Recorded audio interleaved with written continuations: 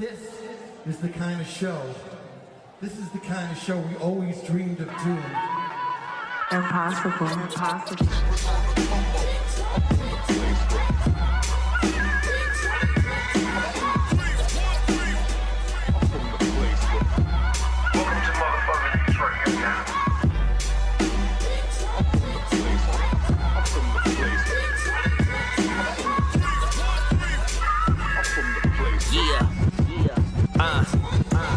Yo.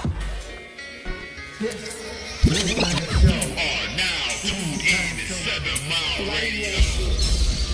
Long live 6-4. Lost my brother to the street, I'm out here struggling to sleep. Mama crying real tears, the type of shit that hit me deep. Gotta open my eyes, cause when I close them, I feel weak. See my nigga in the casket, almost dropped down to my knees. I done lost so many niggas, now it's getting hard to eat. I don't trust nobody, you niggas watch my brother bleed. You swear you 6'4", y'all bleed the same, why you ain't bleed? My mom wandering the streets, thinking why they let you leave. For any nigga rockin', I pray that I don't get no sleep. I hope your spirit hunting niggas, I hope that you let me sleep. I done cried all my tears, I hope mama gets some peace. Lost 2 sons back to back, I might laugh when you leave. I hope your family feel the pain like when you watch my brother leave. I might spit on the casket just to feel like I'm in peace. I don't care how nobody feel, I'm just keeping shit beat. You left your sister out here stranded, got me feeling weak. Forever 16. Long live Bonnie, nigga. We've been standing by each other since a youngin'. While you leave, you could've took me with you when I'm out here struggling, trying to breathe. Bonnie game forever, you niggas don't put no fear in me. Long live my brother, bitch, forever 16. Bitch, long live 6'4", man. Rip my baby, man. Free skis, bitch. Long live Zay. Forever 18. Lost my nigga, that shit hurt me to my soul. I'll never be the same as mom, stepping 10 toes. Get that phone call, you gonna have to let the world know. They told me to keep my head high, I need you, I feel alone. Some niggas on this shoe cutty, I swear I'ma get them gone. You said you'll never leave, but you gotta steer along. Tears rolling down my face, got me feeling weak. But my nigga wouldn't listen and stayed out them streets, praying on my knees, asking God why you hurt me. You miss you here, but God telling you at peace. You know I'ma step behind your name and make niggas bleed. I'll never be the same again. Hard body, how you gonna believe? I'm forever scream your neighbors, I love forever 18. I got your mama forever, niggas, put your trust in me. You my ghetto angel, Cuddy, watch over me. I'ma try to keep my time, cause that's what you always told me. Long live Zay, bitch, forever 18. I miss you, cousin. Warning. You are now tuned in to 7 Mile Radio. 7 Mile Radio. What's going on, folks? Well, alrighty then, man. So I had to kick it off like that, man. And I know y'all like, Mark, what in the hell do you have us listening to? Well, a little bit later on in the show, you're gonna understand exactly why that track that I just played has relevance to this conversation. You know what I'm saying? And I know that a lot of y'all, all of y'all, been waiting. You know what I'm saying, for me to do this podcast, this episode of the podcast, revealing the new information that I came across. And in fact, part of what has taken me so long is not only y'all asses bugging the hell out of me about when I'm going live as I'm trying to get all of my information together, but indeed, it was a lot of information continuing to come in even to this morning, right? And I told y'all last night when I was rescuing the girl, right, after the house exploded, right, that I might end up going live today because it was some new information that I might end up getting this morning. And in fact, I did get some new details. So had to decompress, had to take some time off, had to rest. And when I tried to rest, a house blew up, right? And then somebody else, why are you calling me now? You can't, I don't do that, right? A house blew up. All of these other things went on that distracted me. Case in point, like right now. Come on, D-Mac. Come on. What the fuck? D-Mac, I'm live right now. What's happening? Okay. Case and point. I'm one man. That's my baby, D-Mac. That's my baby, D-Mac. But listen, case in point, I'm only one man. I'm only one fucking man, right? And to whom much is given, I understand much is expected, but at the same goddamn time, I'm only one person. Hence the reason why I have a media team, right? And I know how much y'all enjoy me sitting up here by myself, smoking my blunts, drinking my bottle, and, with all of my antics and my comedy and my humor and all of that type of shit. But at the same time, y'all have to understand that it is people right now that is involved with me, helping me put together all of this shit. I know I may seem like a magician, right? But I have an actual media team. And when I posted the picture, right, because I wanted to share this moment with these sisters, these beautiful sisters that's been helping me put all of this information together, as well as our newest media team member, which is a relative of the reason why we are here. I will not tolerate any disrespect, okay, from anybody who feels any kind of way about the people who are helping me, right? If you don't like them, you don't like me. If you have a problem with them, you have a problem with me. So if you have a problem with seeing them, you have a problem with seeing me. So with that being said, what was her name? Well, let me cut y'all mics off because I had y'all off. What's going on, y'all? Hey, Detroit. Hi, Detroit. What was the young What up, lady's though? name that made that comment about it? What did she say? What was the comment that was made when I posted the picture? It was y'all? Maria something. I didn't get the last name, but I've been biting my tongue because I've been wanting to What did she stick say? my Something along? Because I was busy claws in getting her. everything together, right? She basically said that she liked it. Her and her sister liked it better when it was just you, your blunt, and your bottle. Okay. So I responded and said, "No worries. It's still him, his blunt, and his bottle." And then Shay, you said that she's worried about the wrong shit. Yeah, because why are you So worried this about from that? Marie is now fined and blocked, ladies and gentlemen. So Because she called us Mary. Yeah, she was like, "Oh, you Mary looking bitches or something like that," and I'm like, "Damn, I love God. Don't you love God? What's wrong with you?" I don't understand how she hating from outside of the club when she can't Can't even even get in. get in. You can't sit with us. You are blocked. But on some serious though, on a serious note, y'all. So this platform is for the community, right? Like it's for us, by us. And what we're trying to build and what we're trying to help Mark do is push the platform further because what he's doing is unprecedented. Like it's raw, it's unfiltered, and it's allowing y'all and us to voice how we feel about very real situations. So, there is no community without all of us. And if we aren't helping Mark bring this content to y'all, it could become overwhelming for him. Mm-hmm. So, just bear with us. I know, seeing women on the platform, for the ladies that might be interested in in something like you want to play with my balls. I got a time slot. Look, for that, I'm not. Right. They're not here for this. We not blocking y'all shots, ladies. At all. We just here to. We here to do work. That's it. That's all. That's it. That's This is all. my family. This is my team, man. Listen, y'all, we really be up late at night on the phone with Mark. Like when he is off this camera, he needs somebody to talk to and vent to because this is a lot on him as one person. Like carrying the community when it comes to bringing you guys things. Mm-hmm. So he calls us and we be up taking those calls so he can be able to vet this information and bring this information to y'all. So we just asking for you guys to please be kind. We are a family over here. We don't do negativity. So when you see him, you see us. When you see us, you see him. We are a representation of 7 Mile Radio. Mm-hmm. Okay, that was like Jill Scott right there. Jill Scott. I'm living my life like it's golden. Negativity. So now, so with that being said, man, like I said, there's a whole lot to unpack with this story. Absolutely. I mean, layer after layer after layer of the onion have been unraveled, and we done got deeper than the ocean with this one. And indeed, it's about to get deeper. My God.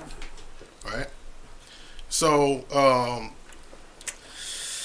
let's just go ahead and start with the meat, right? So I have government documents. I have documents from someone who works for the government that sent me that shows proof of a report, an assault and battery report. Okay. The perpetrator is another 13-year-old girl. The victim is Naziah Harris. The report was filed on 1/11/24. Let me pull this up for you.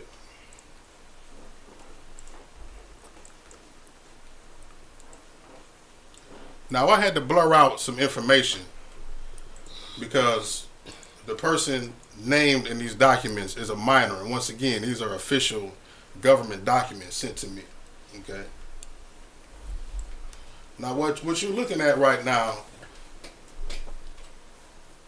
is the documents that show Naziah Harris as the victim. Let me zoom in on that for you. Naziah Harris is the victim. Okay. Okay, so let's give a little context. I think there are people coming in that may be a little confused that we gonna get to it on because they said we thought we been missing on it. Exactly, right? Okay. So here you see it says open and active. Okay, it was filed on 1/11/24. Now this is this other kid's basically record, and you see that the assault and battery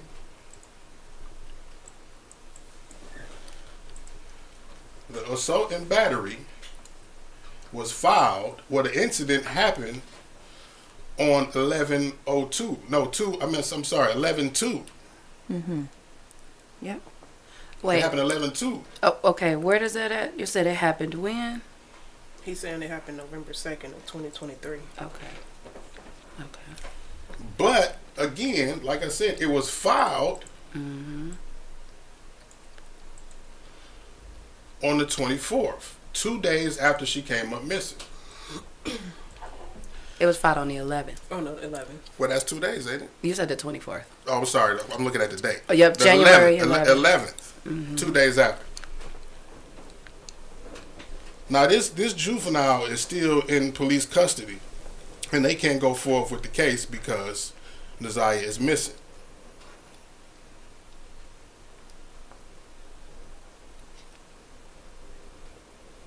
Now, why was a case filed 2 days after she came up missing Right. That's the question. about an assault and battery where she was the victim?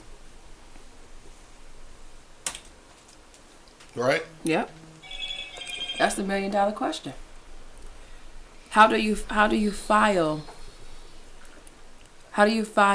that now if it happened In 2023. the week before? Are you trying to cover up something? Right. The week You know what I mean? before. Maybe it's a typo. I don't think it's a typo. That's a government that came from. Well, who filed it? Who filed it? Well, seeing that it was the day after. Now I heard when the argument in part one was that why anybody in the house didn't file or whatever. They said that the grandmother filed it on the 10th. The next day. The next day. Yep. And then went on the 11th. Like, who did this on the 11th? Exactly. Right. And why wasn't it filed when the incident When it happened? happened. When the incident happened. Now, to add another layer to this onion, it is a layer. Now, I didn't get a chance to put this screenshot, the video that Roxy sent me in the system today. But it is alleged, and we have a text message conversation from, not text message, but an inbox conversation saying that Shannon is the person that took her to this fight. Yes. Jesus. So Shannon, Roxy, am I telling the truth? He is very much so telling the truth. We was in the live. Somebody brought to my attention that someone who went to school with Naziah knew her. So I inboxed her to get a little bit of information from her, and she pretty much told me in so many words that Shannon, she got into a fight with some girl. I don't know if it's this 13-year-old that's alleged to have had whatever involvement with Naziah. on the assault case. However, she did state that Shannon took Naziah to go fight some girl. I guess we're alleging that it's this girl that's in custody, but she took her to go fight the girl. She doesn't know anything else past that. I tried to message her back to ask her more information about the fight, and all of a sudden, magically, I can't send her any more messages. So I find that quite peculiar. So, Aaron Booker, if you ain't here, I would love to hear the rest of your story. Danielle Ross said too, I remember the fight. My kids told me about it. Oh, Shannon's watching now. Well, Oh, hi Shannon. Hi, Shannon.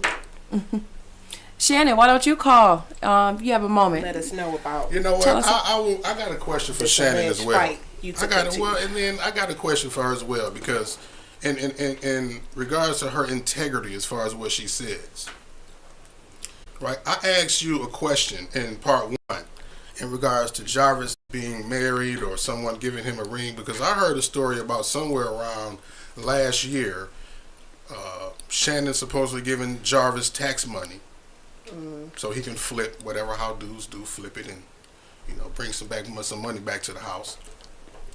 And he allegedly bought a girl a wedding ring and got her pregnant. And she told me she didn't know nothing about no ring or nothing about him being like no pregnancy. But I'm wondering who this post was for from Shannon, who said, "Keep my name out your mouth. You accepted that engagement ring. Accept all the bullshit and baggage that comes with him, Miss Butts." Mrs. Butts. Mrs. Butts.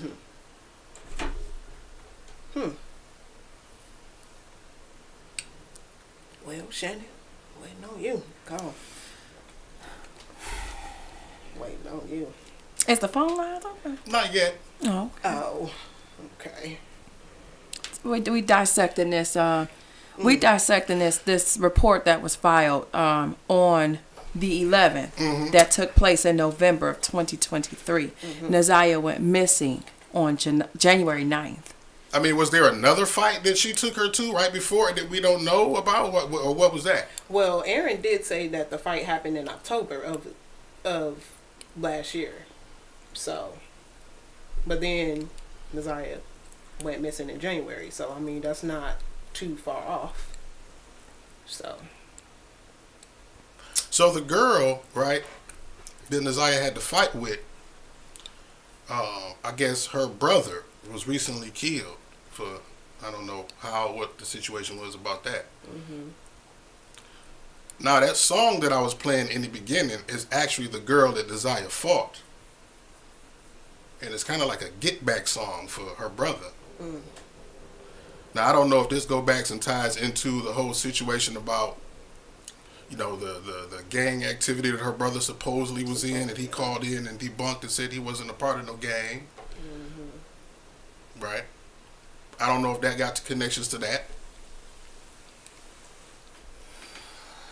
But then it was a call made, right? It was a call made to a family member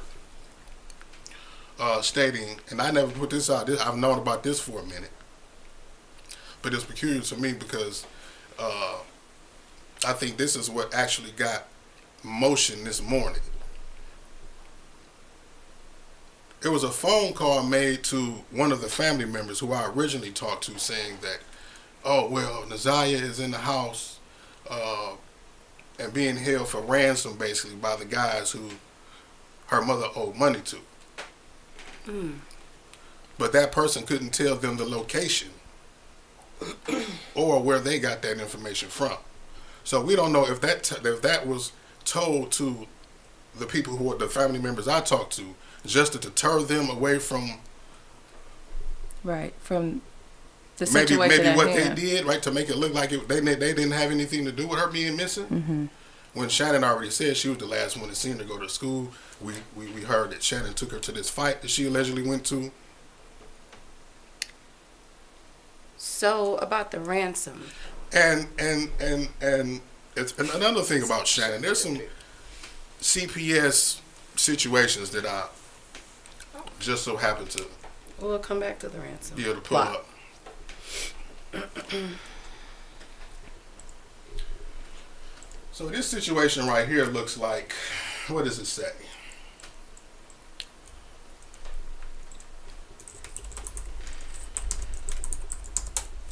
Shannon, the mother of all of her kids, right, named all of the kids, there was an incident at a birthday party where one of the children attended the birthday party, attended Jarvis of sexual abuse.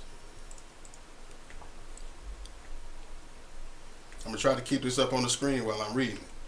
Naziah and Janiyah reported that Jarvis touched them.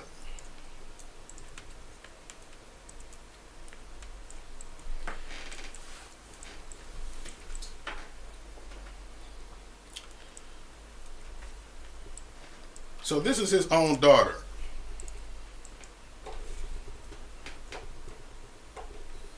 Shannon's daughter that they had together. So this man has been touching his reports of this man touching his own daughter. Right, her oldest daughter. Shannon's oldest daughter.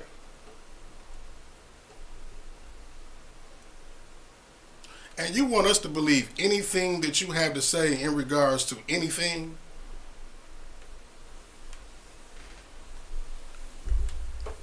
Knowing what kind of man this is. You know what kind of man this is.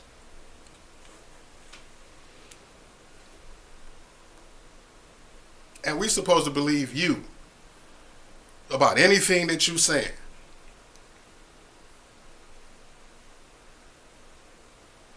Should we go to another one? That was the one of the four.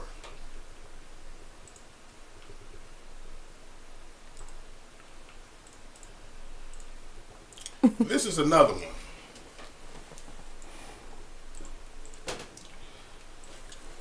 Jarvis is in on the SOR, and Angel leaves him alone with the children. He is not supposed to have any contact with the children, but it's unknown if he molested them yet. Angel is the offender, so this is somebody else's, Angel's CPS investigator. He's also named in that one.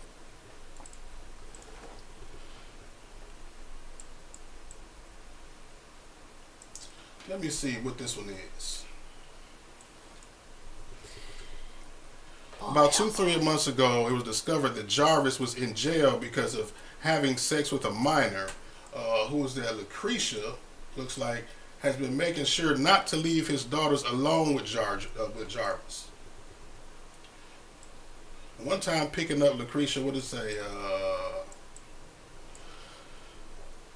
Lucretia is into drugs. Lucretia uses narcos for pain, all this other shit. So he got kids. He around kids that he know he's not supposed to be around. He molests his own daughter, and the mama know it. Still with him.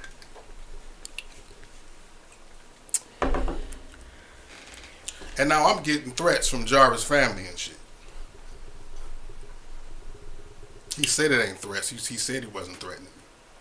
Remember I told y'all about this. I told y'all y'all was going to be mad about this one. Tell him he coming to Detroit soon. The fuck is that supposed to be? Why do we want to protect that? Because I need to get my facts straight. I'm talking about shit that people told me. I don't know what I'm talking about. That's already public record. Here's the conversation. You say, cuz we need to talk. I said, about what? I'm trying to get to trying to bounce back and forth. I'm like, who is this?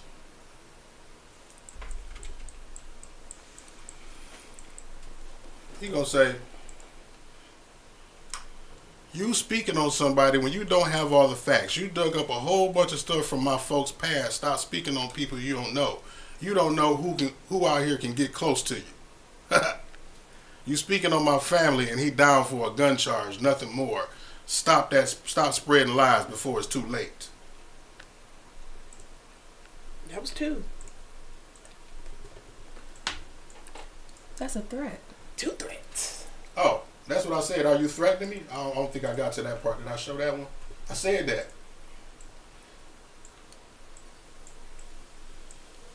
Excuse me on the crops, y'all. I was trying to get everything the best way I can. So yeah, I'm like, hey, are you threatening me? Are you threatening me? I'm trying to line all of this shit up. Hold on. That's one.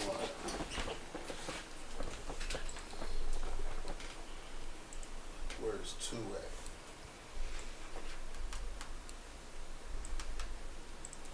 All right, this is the second one, y'all. Excuse me. So this is the second one.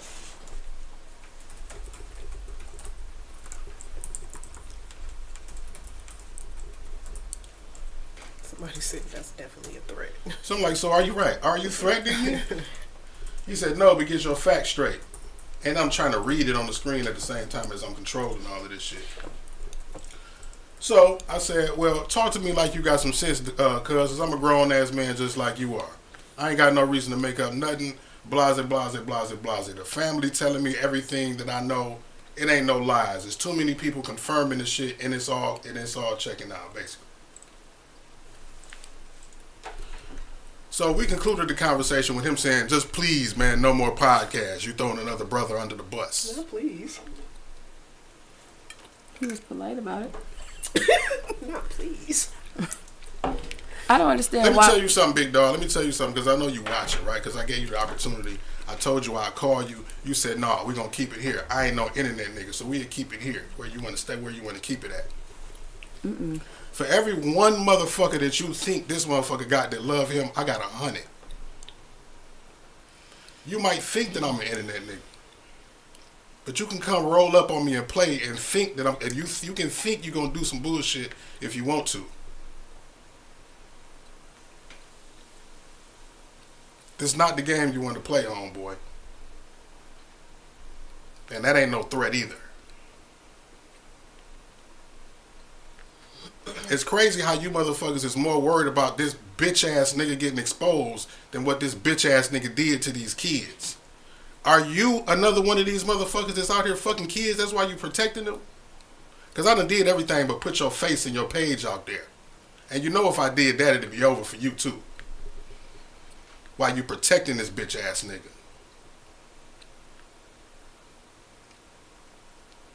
Yo, folks.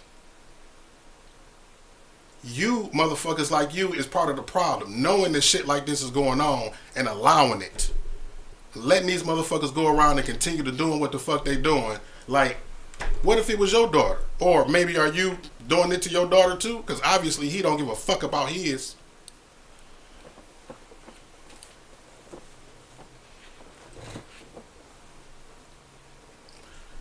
Don't jump back in my inbox with no bullshit either. Because I'll put your face out there. And then you're going to have everybody on social media looking for your ass. People that don't even know me. And I don't give a fuck. You and everybody that love him.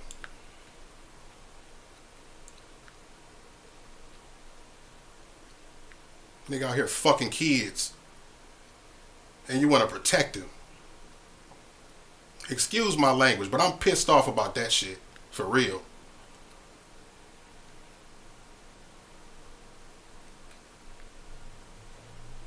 Y'all talk to these people, man. So, just so we can, because I people will be like, why y'all telling us all this? Why you telling us all this? Why is this important? Why is this important? I think it adds context to actually what's going on here. And I'm the not, type of you know, and the type of motherfuckers that we dealing with. Mm-hmm. Yeah, very much. Very You don't much think so. these type of motherfuckers will sweep some shit under the rug if they did something to that girl? Yeah. You think that they don't know more than they telling? It's been swept underneath the rug. That's why we're here now. Mm-hmm.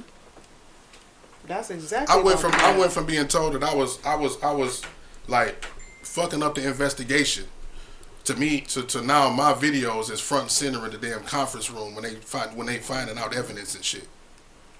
Wow. If it wasn't for us, this shit would be a fucking cold case by now. They not talking about it on the news. And then when the relatives went out there, that was another crazy part. The news, right? They edited the shit down. We put when the relatives that I went and interviewed Fox 2, and I'm not blaming the journalists that did the interview or nothing. This is the platform and how they operate. They went out there and they did that interview. They put all of that information out about what's going on in that house, that abuse is going on from someone who fucking witnessed it themselves, who grew up in the house. Yeah.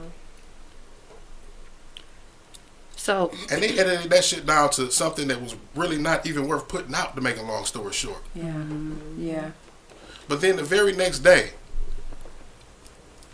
and I was almost on this search with my Facebook friend, another good friend of mine whose son came up missing, and she called in. Guess what? She called in on episode 2, and she said, you know what? What's wrong with the family? Because it was my family. I would be out there, boots on the ground, 24/7, 48 hours a day, looking for my child, not knowing that 2 days later, it would be her son. And that she would find her son dead in the garage, live on Fox 2, and Yep. they aired it and put it the fuck out. Yep. Sure They did. didn't edit that shit out. Why? Because it's Not at about all. ratings. They're not trying to help solve cases. Yep. Yeah. News stories is no different to news outlets than a chicken sandwich is to Popeyes. When Popeyes put the chicken sandwich out, what happened? KFC had one. Churches had one. Why? Because they're trying to tap into the revenue of everybody spending money on that chicken sandwich. Notice the trend when news stories happen, right? We got a kidnapped kid, a missing kid, another bigger missing kid story, then another bigger missing kid story, or another bigger missing person story. We've been on missing kids since Zion. Yep. It's a product that they sell to the public for ratings. and that's sad because these Yeah. It's really these are real people. Right. These are real lives. people, and for the record, I don't think that moment should have been caught. Her fainting when she saw Yeah. when she found her baby. I don't think that was a moment that she should have had Private. privately. With But the yeah. family, yeah. Absolutely. but then in the same token too, it's like we need to see how serious it is. We need to see the real emotion. Police need to see that. Like, these are real people losing their babies to whatever evil is in this city. Crystal Autumn asked, she said, the real question is, have y'all been turning this extra stuff over to DPD or the FBI? It seems like a lot of withheld Okay, now about Information. About that, I'm so glad you asked. Because for some odd reason, the police have only been reaching to contact the grandmother in regards to this situation. Right? The relatives that's been talking to me, when they reach out to the police, how about that it's been 17 CPS calls to Annette's house within the last 18 months? Oh wow, I didn't know that. I have that somewhere too documented. I have so much stuff. And it make you The wonder. police have been contacted, right? The police have been contacted by the other relatives, but they haven't been contacted back, right? It took for the relatives to go into the police commissioner's meeting this morning, right? When it had nothing to do with Nazala, when they had Zoom people recording and all of that type. It was live on Zoom. So they had to go in there and say, hey, we're the relatives and we've been trying to get in contact with y'all because the person that y'all getting in contact with, we feel like they got something to do with it. And they just whisked them out of the conference room quick. Why? Because they was on Zoom and that shit was recorded. So they had to get them out of the damn video. But now they contacted them, right? They talked to them. And I'm waiting to hear back from her because she said that the police had some pictures that they wanted to show her. So I say that to say that it's not like they haven't made attempts. It's not like anybody hasn't made attempts. I said that day one. So I want to make a phone call right quick if I could. Let me see if this is going to work like I think it is.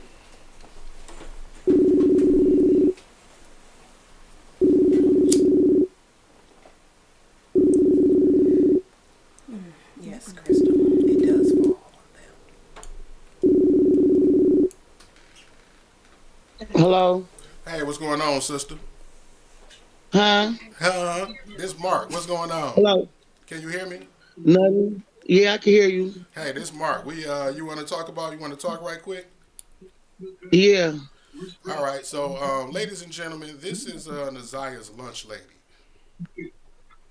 Okay. And she had a conversation with me about her last encounter with Nazia, and I'm gonna just let you have the flow, sister. Let us know about this little sister and your everyday encounters with her versus that last day when you seen her, and just the climate of everything that you want to speak about. Well, she was every day. She would give hugs and would come and make me laugh and talk with me every day. And versus the last day I saw her when she had that look on her face. And she didn't look like herself, so I asked her what was wrong. She said nothing. So I'm thinking it's just a typical day of a child getting in trouble or something because they come to school, and that was the last time I saw her.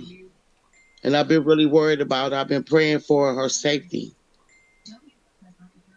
So I don't know what's going on with the situation, but that's the last encounter I had with her. Hmm. So now I don't know if it happened on school grounds or even if you want to speak on this, but did you hear anything about a fight that allegedly happened between her and a girl where there was an assault or whatnot? No, I didn't hear anything about it because when they get out of school, I'm still in the back. So I don't know when they leave out that door, I actually don't know what they be doing. Okay. But I haven't heard anything about a fight. She could have had, but I haven't heard anything about it. All right. You said she was off that last day though. She wasn't her normal self when you spoke to her. She N- wasn't. No, she wasn't. Man. Mm-mm. Now, did you ever hear anything about abuse in the house or nothing? Like she was just a normal girl to you, huh? Yeah, she was just a normal girl to me every day because she would come and talk every day. So I've never noticed nothing about no abuse, what was going on. With no abuse because she didn't seem like it. She hid it well. She would come in and play, play with the kids and interact, act with the kids and all that. They didn't, she didn't act like it was nothing going on with abuse in that house. Man. Well, yeah. I mean, I guess if it's anything you want to say, else about the situation, because a lot of people are just wondering, want to hear perspective from people who, work in the house. Got You it. know, I think we gotta. Can she hear me? Yeah, she can hear you. Hi. I got people in the comments wanting to know, did it appear that she looked pregnant the last time you seen her? You know what? That's a good question because I really didn't notice her on that level because I really never paid attention to her like that. I will only see her when she get her breakfast, she go to class, and when she get her lunch. But I've never really paid attention to that.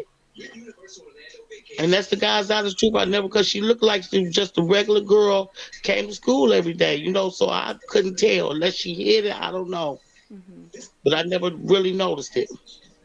And the face that you described, you said she had this look on her face. If you can describe it, what would the look? What would the look Like be? a upset look, just a weird upset look.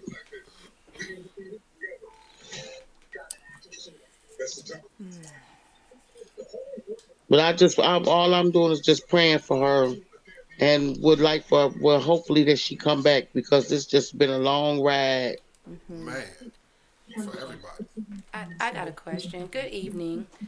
Um, what are the kids saying? Like, what is the climate at the school right now? I'm sure. No one's saying anything. No kids are saying anything or nothing. Wow. Nobody's speaking on it. Now we heard. Now, about to say the reason I guess we was asking that because we heard something. I don't know if it's another lunch lady or what, but we was hearing something about the lunch lady was hearing that the school kids were saying that she was allegedly going to run away because she was pregnant. Now again, I don't know if there's if you're the only lunch lady there, or if it's somebody else in the staff that they was mixing that up with, but that was something else that we heard coming from out of the nucleus of the school. So I don't know. They may have. I don't know. They may have.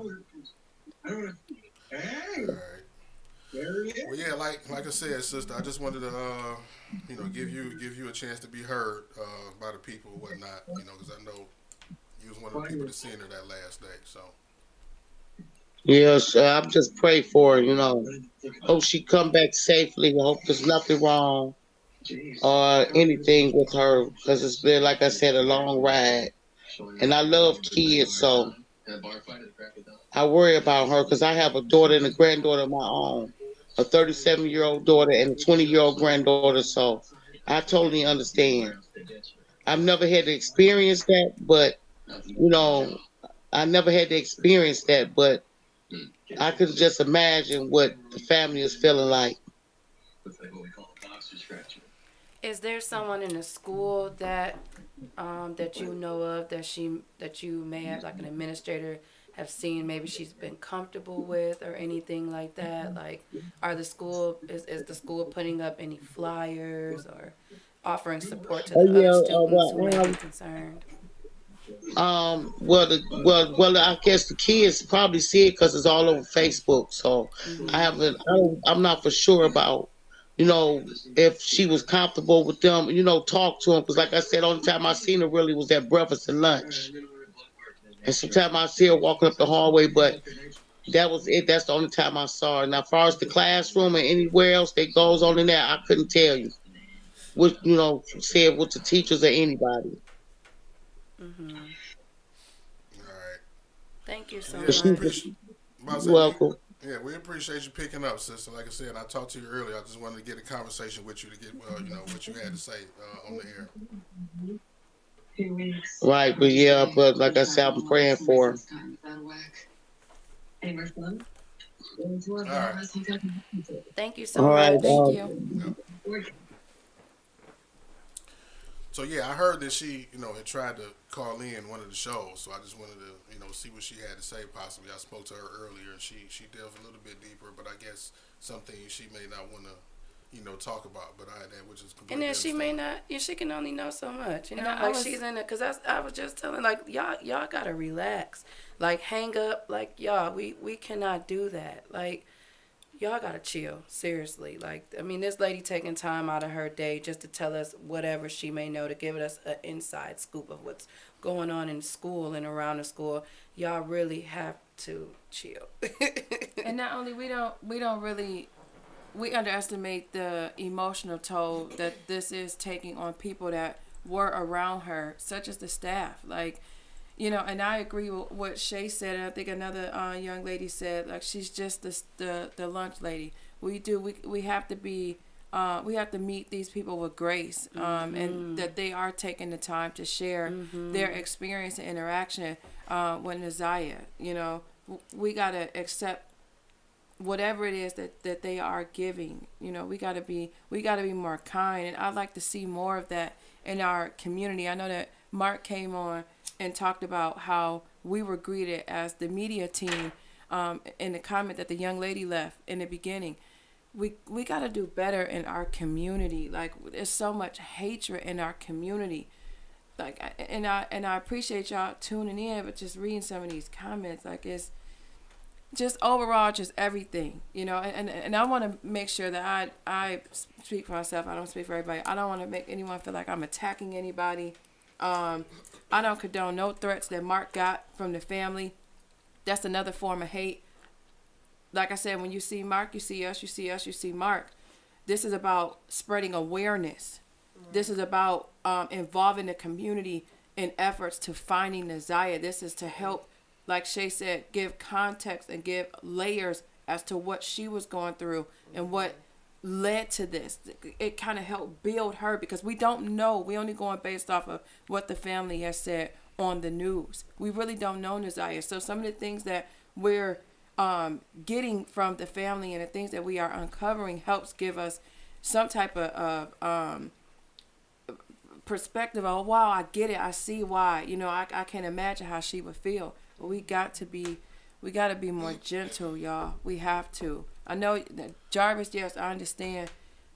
Yeah, it's some anger there. Absolutely, as it should be, because that could be our kids. And some of the family members may be in this chat. You know, have been violated by him, and they're afraid to speak up. This is what this is for: is to create a platform to be able to give the people who can't speak up a voice. We got to be able to have a safe space for them. Yeah. That lunch lady coming in to speak to us tonight is a safe space for her. We want to welcome her. Yeah. You know what I'm saying? And she humanized a bit of Nazaya too, because although Nazaya is missing, we're getting a perspective of who she was, or who she is. I'm sorry, who she is, just from different people she came in contact with. So, like Sheeta said, let's welcome her, and let's appreciate what she did contribute to the conversation. She gave us a little bit about how she was that day. So that is a lot, y'all. So I really, this theory about, the fight or whatnot, that's just been on my mind because I just, like, why would they report this? It's like another layer of the cover up to me, to make a long story short. Who would have report, like, whoever came out to the school, DPS takes that report. DPS takes that report, and then is that stored in the DPS system, or is that stored in DPD system? Right. That's a very good question. Right. Like, how does that process really work? Right. Well, And what is the time let me frame look that into they that. have to report, to Detroit Police Department? Like, what is the time frame? Because Detroit Police Department didn't pick it up almost a month later. Why? What is the time frame with DPS and DPD? Mm-hmm. How serious does it have to be for it to leave DPS and go to DPD? Because when I first got this, when I first heard it, before I got the documents, I'm like, so what? There was a fight, and she took her to the fight, like the same, like the day that she came up missing, and after school or something. Like I'm like, yeah, they know something, and they're not. Somebody dropped the ball. The video of her being pregnant, that was another thing that I wanted to load up. With her dancing, putting her stomach under her belly, and where she gesturing as if she's pregnant. That's what she looked like to me. Yeah, it looked like it too. It looked like she was pregnant too. So my theory is this dude and got her pregnant, and they did something with her, and they trying to cover it up the best way they can.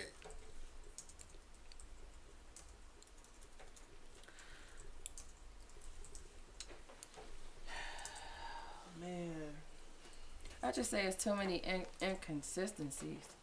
It's just a lot of twists and turns. You can't get a straight answer from nobody. And I haven't just listening. And Shay, I know that you listen to the podcast from the start of this thing, and just replaying the calls with the dad, replaying the calls with Shannon and then Florentino. Like, what were some of the things that you discovered? By just re-listening to the... Well, I had a concern, two concerns. I actually want to know and I sent it to y'all.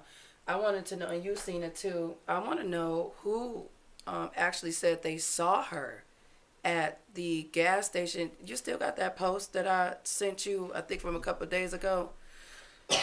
I didn't say it. Lady? No, saw Nazaya at a because I heard a couple of reports of people saying they seen her Shannon mom. posted that she was at the gas station. Oh, that Shannon they posted has that. it said update on the 24th, I think, of January. They saw a sighting of her at a on a gas station camera. Just bear with me, y'all, because might get a lot of information and it may have gotten drowned out. Yeah, because I know you probably sent it to me, but where it's at this point, yeah, I don't know. So, give me just a minute.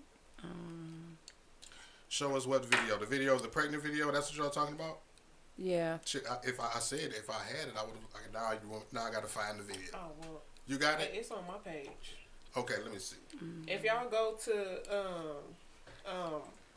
Roxy Rock's page, I made it public. The video is on there. You gotta probably scroll down, but it's a video of two girls. It's a TikTok video, and y'all can watch it on there. Rox, if you don't mind, let me see. I'm say just send me the link right quick, and I'll just I wonder. download I'm about it to say, I later. wonder, can I send it? I got you. Hold on. Right. I feel like that too, Shanita. What's up with the green lights? We got green lights on every building, on every corner. Aren't they supposed to be camera? I just sent that flyer to you with the Camera with the enabled? caption. If you can pull that up, because I want to know, where did she get this information from that she was seen at Mac and East Warren area. She was spotted at the gas stations and liquor stores in the Mac and East Warren area. This was on January 26th. So that's Shay. That's Marquita. One of them. That's Marquita. That's not Shannon Page. That's Marquita.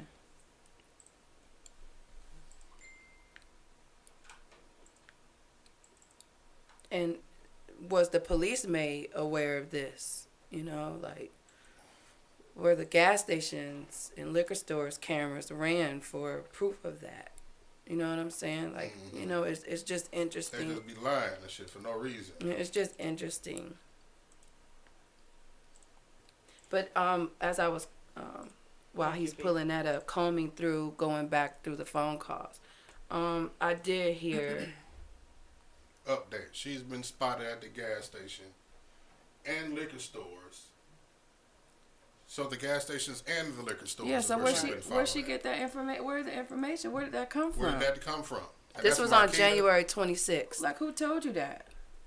Who told you that? And where the video camera footage at? Where the- even if it exact- don't have a green light, every corner store. But that's what I'm every- saying. You know what I'm saying? That's my question Yeah. to the police department. They ain't asked for nothing. Why is it that there's no footage? Right. Of nothing. What are It's like those? she disappeared. What are the green things for? Why? Yeah, Shawty gon' bag it up. I'm trying to download the Shawty video. gon' bag it Use up. that music, y'all. Yeah, he trying to download it for y'all. See, this is the work that I was trying to do before, so y'all ain't, but fuck it. I can do it while we live. Shawty gonna We all back it up. family. y'all gonna While y'all wait, Shawty Right. gonna back it up. Right. enjoy the music. Enjoy the music.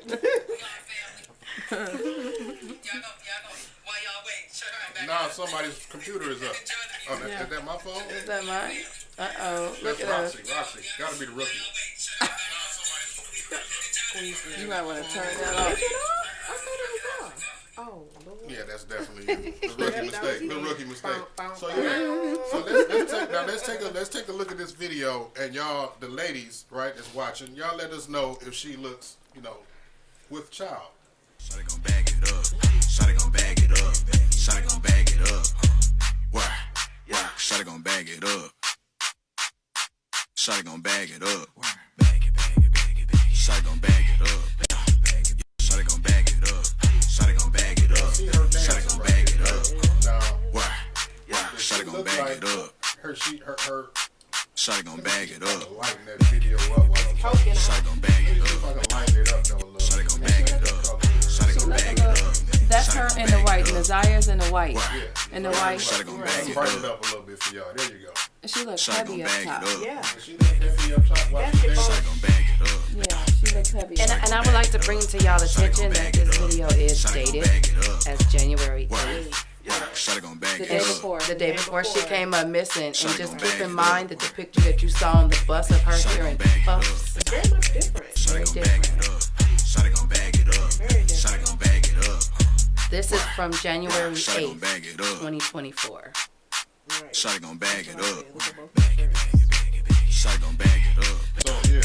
Shawty gon' bag it up. Shawty gon' bag it up. Shawty gon' bag it up. Why? Hair. Yeah, Shawty gon' bag it up. Yeah, All right. So yeah, man. Yeah, we back. So She look heavy up top. does she look a little heavy up there? She does. She look a little heavy up top. Yeah, it's either that or chili cheese fries. One of them. Man. Somebody said freeze it when she turned to the side, right? Look, I'm not about to mess up nothing else, man. Y'all got me doing too much now. But let me see. Let me see what I was about to do was open the call-in lines up real quick because people said they wanted to call in So let me go ahead and throw that number up there real quick. 313-723-0481. Whenever y'all see that number up there, that means the call-in line is open. Free to chime in and kick it with us. Share y'all thoughts on what y'all feel about this, man. Like I said, I just wanted to let y'all know about this new detail about this fight, okay? And these CPS reports and investigations while Shannon's saying that, you know, he didn't get married and we got proof of her making posts about this. Like, come on, your credibility is down in the drain right now. Y'all know something about this little girl and where she at. I want to say this about Shannon because I don't know if she tuning in or not. But somebody calling. I'll say my thoughts. Go ahead, Mark. What's going on, Carla? Who's this? Where you calling from? This Shakur Green. I went to school with you, man. Okay, what's happening? Make sure you turn that device down in the background. You echoing my show back in your phone. Hey, I wanted to ask a question. Okay. What's up with the bus driver? Why he ain't on there? Why he ain't saying nothing? We haven't got no contact with the bus driver. That's what I'm saying. See, the bus driver need to speak up too. Well, you know, we've heard different things from the bus driver. Like the bus driver said that they seen her getting off the bus or whatnot, or going into the house. But you know, that's all from third party. We want to hear. That's why I'm trying to get as much from the people that's, you know, actually seen her or talked to her as I can. Like I said, man, you doing the best you can. I'm proud of you, dude. The family on some bullshit. Yeah, pretty much at the end of the day. I appreciate your call, homie. Thank you. Okay, thank you. Yeah. I wanted to say as far as Shannon is concerned, just as an aunt, I don't know, and Roxy, you can speak to this. I don't know her relationship with Naziah. I'll wait till you turn the line off. Yeah. What's happening, Carla? Who's this? Where you calling from? Hey, I'm gonna use another name. This is Tracy. This is Tracy. Hey, all right, Tracy. Tracy. Girl. What's going on? Hey. Okay, so look, Mark, you probably gonna know who I am. So about some of the documents, right? The file is not out right now, so it's only certain information that can be put out, right? But what is known for a fact is that something was filed after she was missing, and that is being investigated as far as that little girl that she got into a fight with. So what you're saying is that is a part of the investigation of all of this right now, and that is being investigated. That it was filed after she came up missing. Exactly. Okay. Now, the biggest issue is the family, because something's not right there at all. But see, it's only so much information that could be put out, because the public will take things into their own hands, and y'all gotta let people do what they gotta do. And that's the part that I was telling them a couple of videos ago about the search party. And that's part of the reason why I calmed down on the search party, because with me going back to back with all of that info, okay, it's almost, I'll just say exciting people. I'll say it like that, right?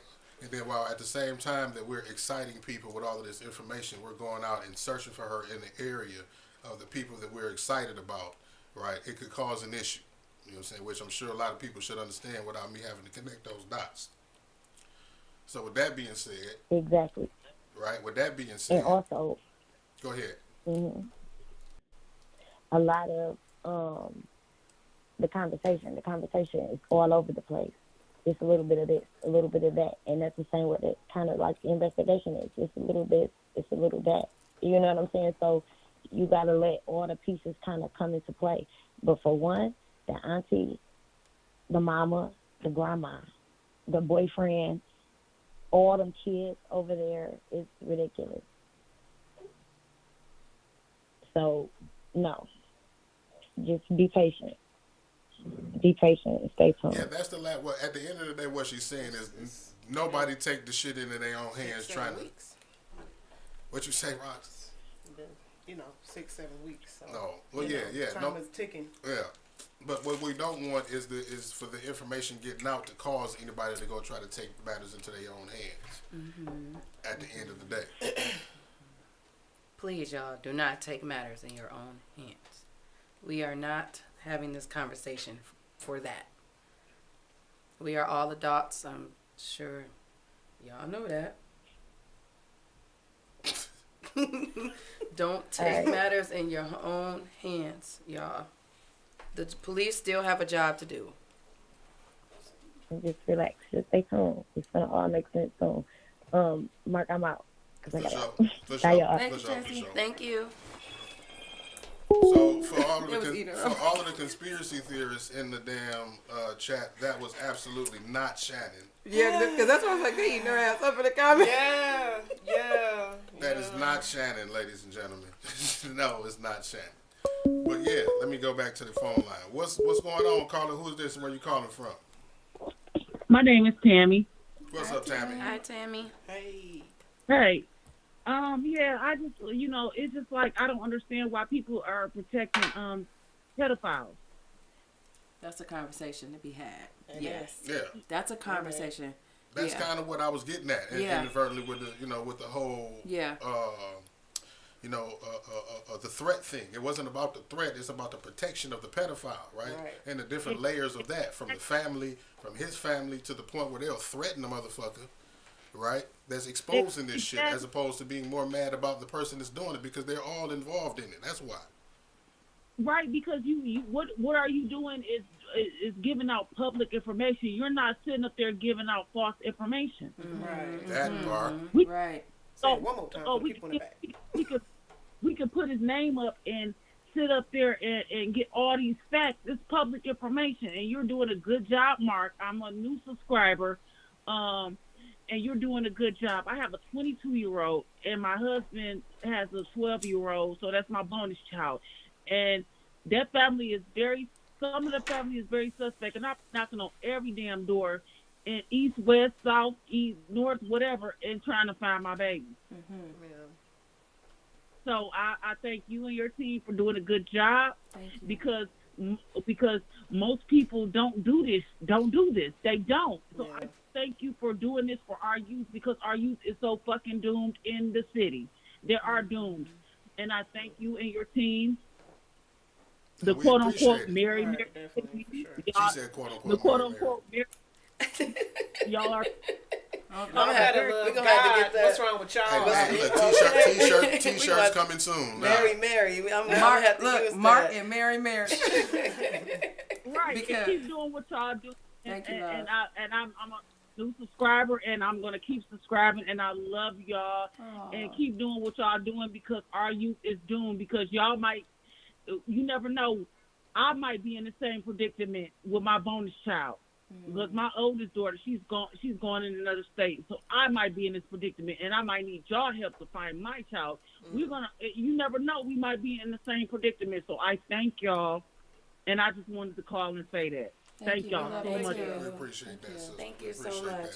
That was sweet. Bye-bye. That's what we do it for. That's what we do it for, because we are the community. Yeah, it's We gotta for be the us, by village. us. Yes. And that's what when I explained to y'all during orientation what 7 Mile Radio is the FUBU of media, like a media company that's black people made and operated, right? What's going on, caller? Who's this and where you calling from? Phone line going crazy. What's going on, caller?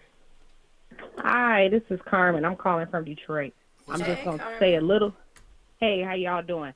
Just a quick snippet. I do have a background in law enforcement, so I do have a few things to touch on. The first thing is the police. One thing about DPD, once it's broadcast and once it's known that there is a child missing, that chief that's in office right now, he takes that very serious. They are looking for her. The police don't have time to call everybody and let everybody know what's going on if they're building a case. DPD is looking for that child. Another thing I'm going to say is, what's very disappointing is, unfortunately, it's a lot of people that are tuning in right now who protect pedophiles that are in their family, who protected their husband. If a cousin said, "Oh, your husband touched me," the wife want to kick the kid out and all this and that. But my mother did it to me, so I'm speaking from experience. Okay, so you can't put everything on the police. The police is our cousins, brothers, sisters, uncles. They're just as human as we are. We have to protect our children in our homes. If your child comes to you and say, somebody did such and such, they done touched me here, they done touched me there, don't just say that they're lying. Investigate it. Don't brush it under the rug. Quit having uncomfortable Thanksgivings and Christmases. And then when things like this happen, we're blaming it on DPD. We're blaming it on DPS. Well, y'all been knowing Uncle Tyrone been touching kids since the 80s. Y'all been knowing that. You know what? Y'all been leaving y'all kids around Uncle Tyrone. The core of my blame is not actually DPD. That's what I was getting ready to say too. The core of my blame is the family and CPS. You said CPS, right? Now, yes, I am blaming. Now, I know, and trust me, in the 17 years that I've been doing independent media, I completely understand how overwhelmed DPD is with all of the. I'm overwhelmed. Like, I've gotten at least 15 missing people in my inbox since the last week that I've been covering this, right? And I just happened to went out and found one last night. Yeah. Right? The girl that was missing from Cross, found her. So I understand how DPD, so I don't blame, I understand their frustration with a situation like this. Absolutely. Right? They're understaffed and then I'm going to let you in on another tidbit. Tell y'all family members to stop wasting the police time calling them for nonsense. Calling them because your uncle owe you 2 cents, so that when they do get a call that somebody is missing, they can service that family better. DPD is the lowest paid police entity in America. They get so many calls, you wouldn't even believe what people call the police for. I can imagine. Okay? Detroit, You won't even believe. And again, you are speaking to I've been on the force. I know what people call DPD for. Pure foolishness. People only want to take stuff serious when it's on Instagram, when it's on Facebook. That's the only time people want to chime in.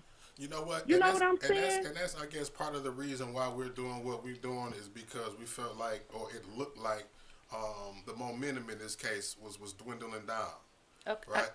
And the fact that if we put pressure on social media, it'll reactivate the momentum in the case, basically. And that's what we felt like we were doing. Lastly, just a last, because I can go on and on. I'm not going to keep y'all because I do want to keep reading the comments.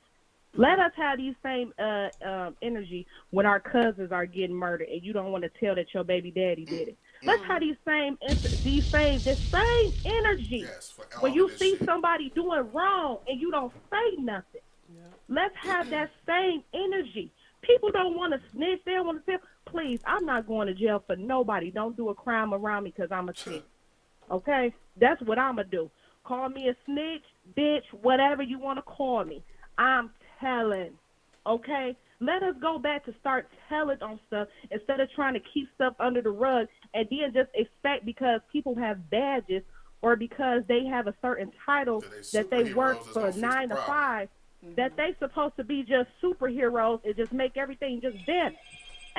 And again, and another thing, stop letting y'all kids spend the night at random people's house just to go down the floods or just to go to the titty bar and stuff. Keep y'all kids at home.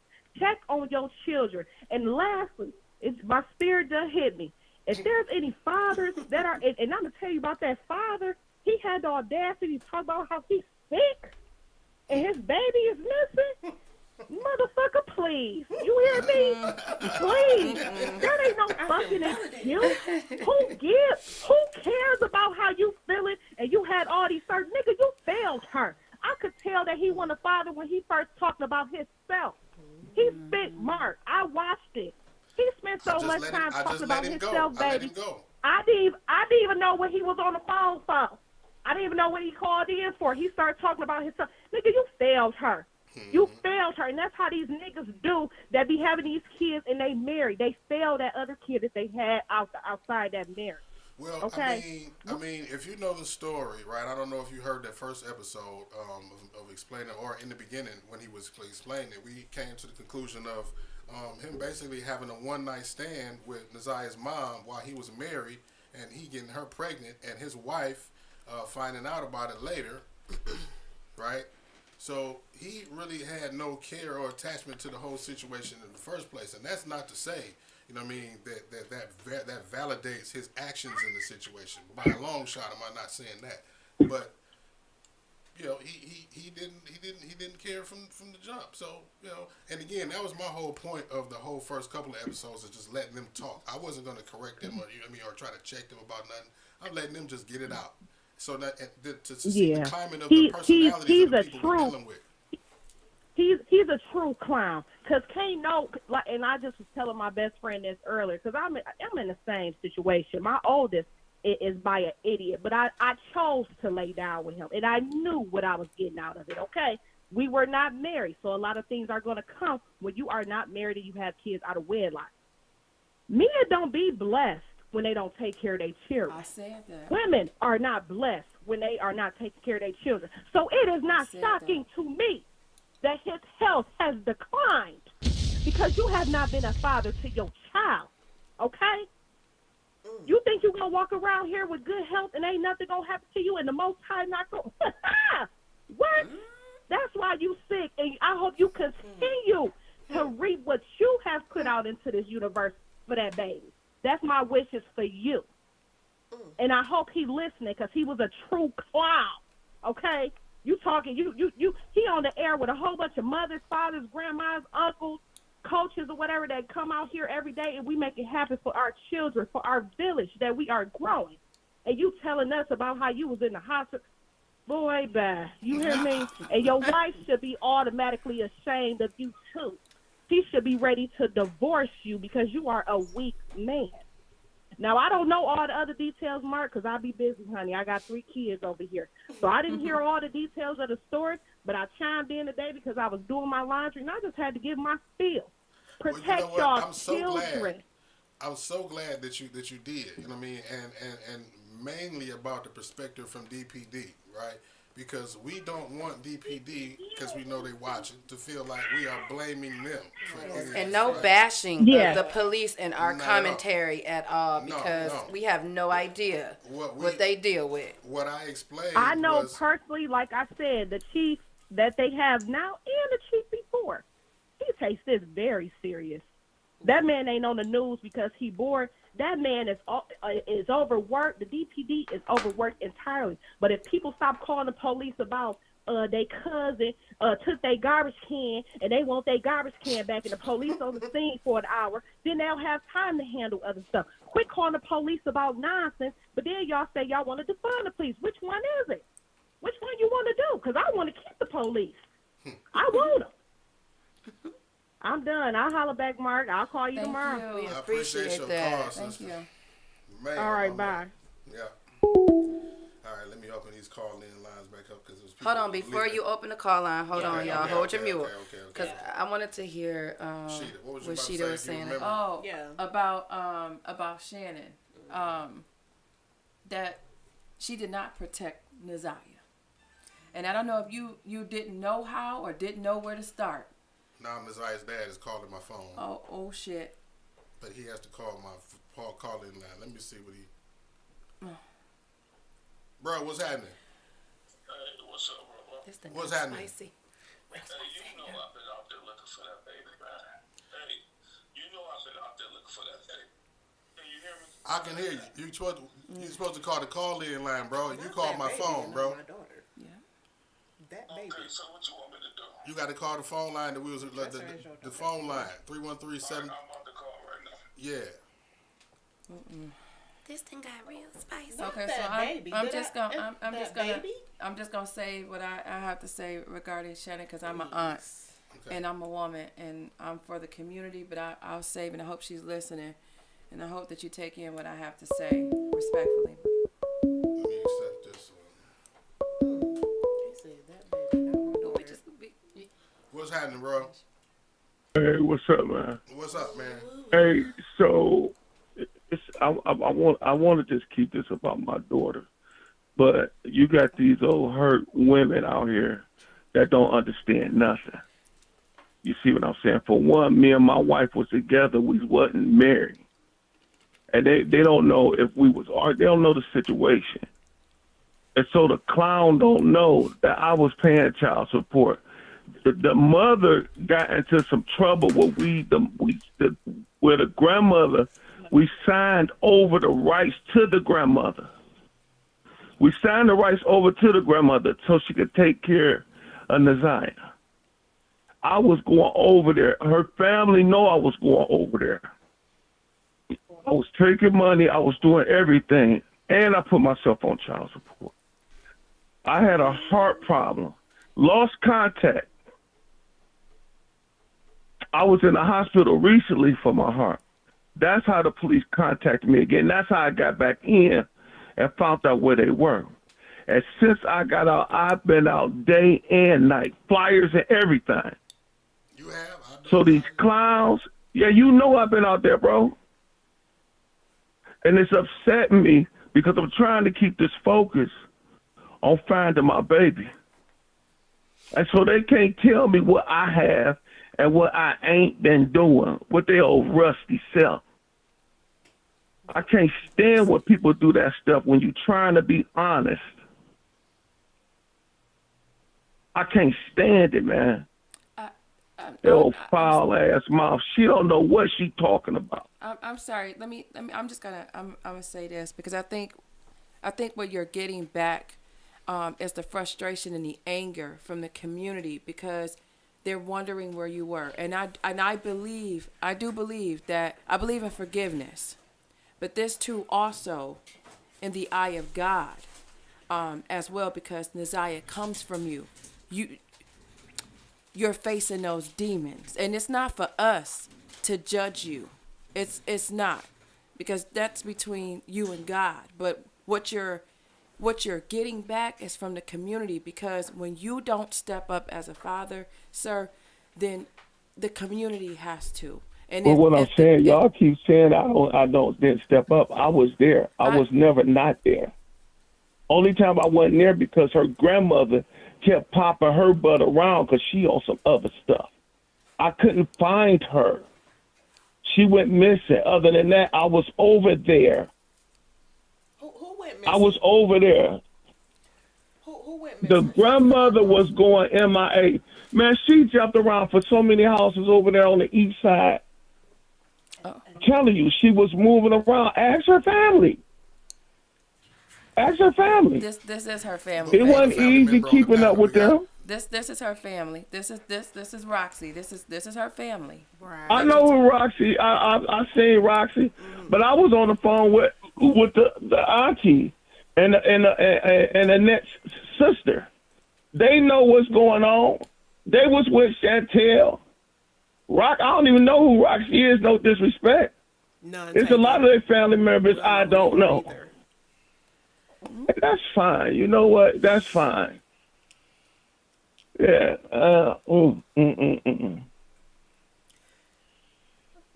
and the only reason I answer any questions at first because people, y'all, even Mark, you said people want to know who you are. I'm gonna ask you these few questions, and then we're gonna talk about your daughter. I said, fine, man. I ain't got nothing to hide. And now it's just like, oh, he's a deadbeat dead. Y'all, I was never, you keep on saying all this stuff.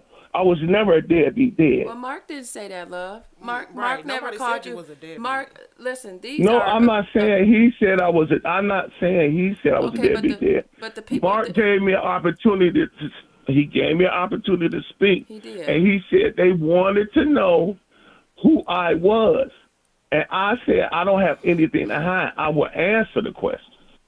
And we thank you for that. Thank you for your honesty and your transparency. And it's not to beat up on you again. This is just emotion from the community. Because I know you said that you were there and you paid child support, but child support doesn't make up for the presence. For the time being over there, I was over there. What part of people ain't listen? I was over there. I was going over there. I went over there. How much were you over there? I was over there. I went and seen my baby. To go drop off money over there, to go drop off More money, clothes, whatever, bikes, whatever it was. I was helping a net needed. Like I would go over there, something wrong on the house.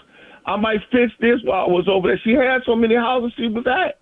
Okay, so she what might have needed some money. time did you actually spend with you and your daughter 101? What was that time like? Roxy, get off the phone, man. I'm not even talking to you. You know what? Because you irritate me. I don't even know you. Okay. You asking me questions. Okay.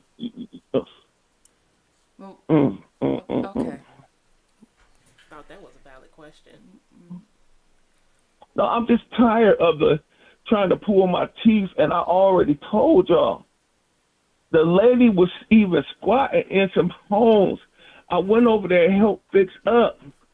Talk to our other family members, the ones that we know that was there, the ones that did the interview. I'm trying to get clarity. I'm not trying to, if it seems like I'm trying to put you on the ones that did the interviews. There's other people that know. There's other people that know me that I've been over there. I helped them move. I've always helped that family out. So always. I guess back to one of the questions that I asked you. Original call, so when you was over there, how much did you know about what was going on over there, as far as, I guess I want to say the abuse or... It was, right, it was never done like that. She was a God-fearing woman. She didn't have the adoption of all the kids. She didn't have that. It was just my daughter. Never seen a chain on the refrigerator or nothing? Like you ain't never been in the house? It was nothing like that. No chains on the refrigerator, none of that. It was, all this stuff is just new to me when I got out the hospital this time. None of that revealed, none of that. Before Naziah came up missing, when was the last time that you saw her? When I got my operation back, I had my operation years ago. All right. I couldn't walk after the operation. I had to go to rehab. Mm-hmm. There was no communication. When I got out of rehab, it was no phone, no nothing. When I got out of rehab, I went back on, I believe they stayed on Corville. I went on Corville, there was nobody there. Mm. Nobody know where they moved to. That's one thing about these phones that make you lazy to where you don't write nothing down. You see, I didn't have any other numbers. I couldn't get in contact with anybody. So I think like 4 or 5 years might have passed until now. Okay. So it was some time since your hospitalization since the last time you saw her. So maybe probably Correct. 6 months, 8 months. Since I seen her? Yes. No. It was about 4 or 5 years since I've seen her.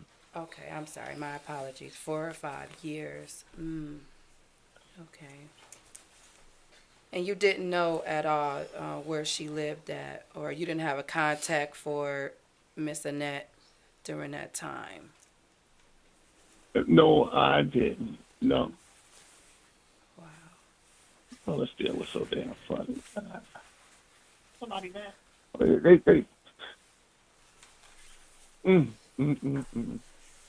Well, I'm gonna say I apologize if this has rubbed you the wrong way, and that's no, the you thing. ain't. You know what? You ain't got to even apologize. This is the thing about the opinions of the public, and we cannot control them.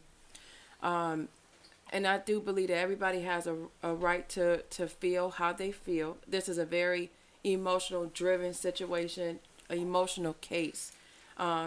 And like I said before, I do believe in forgiveness. I'm a God-fearing person, and if God can forgive, then we should be able to forgive.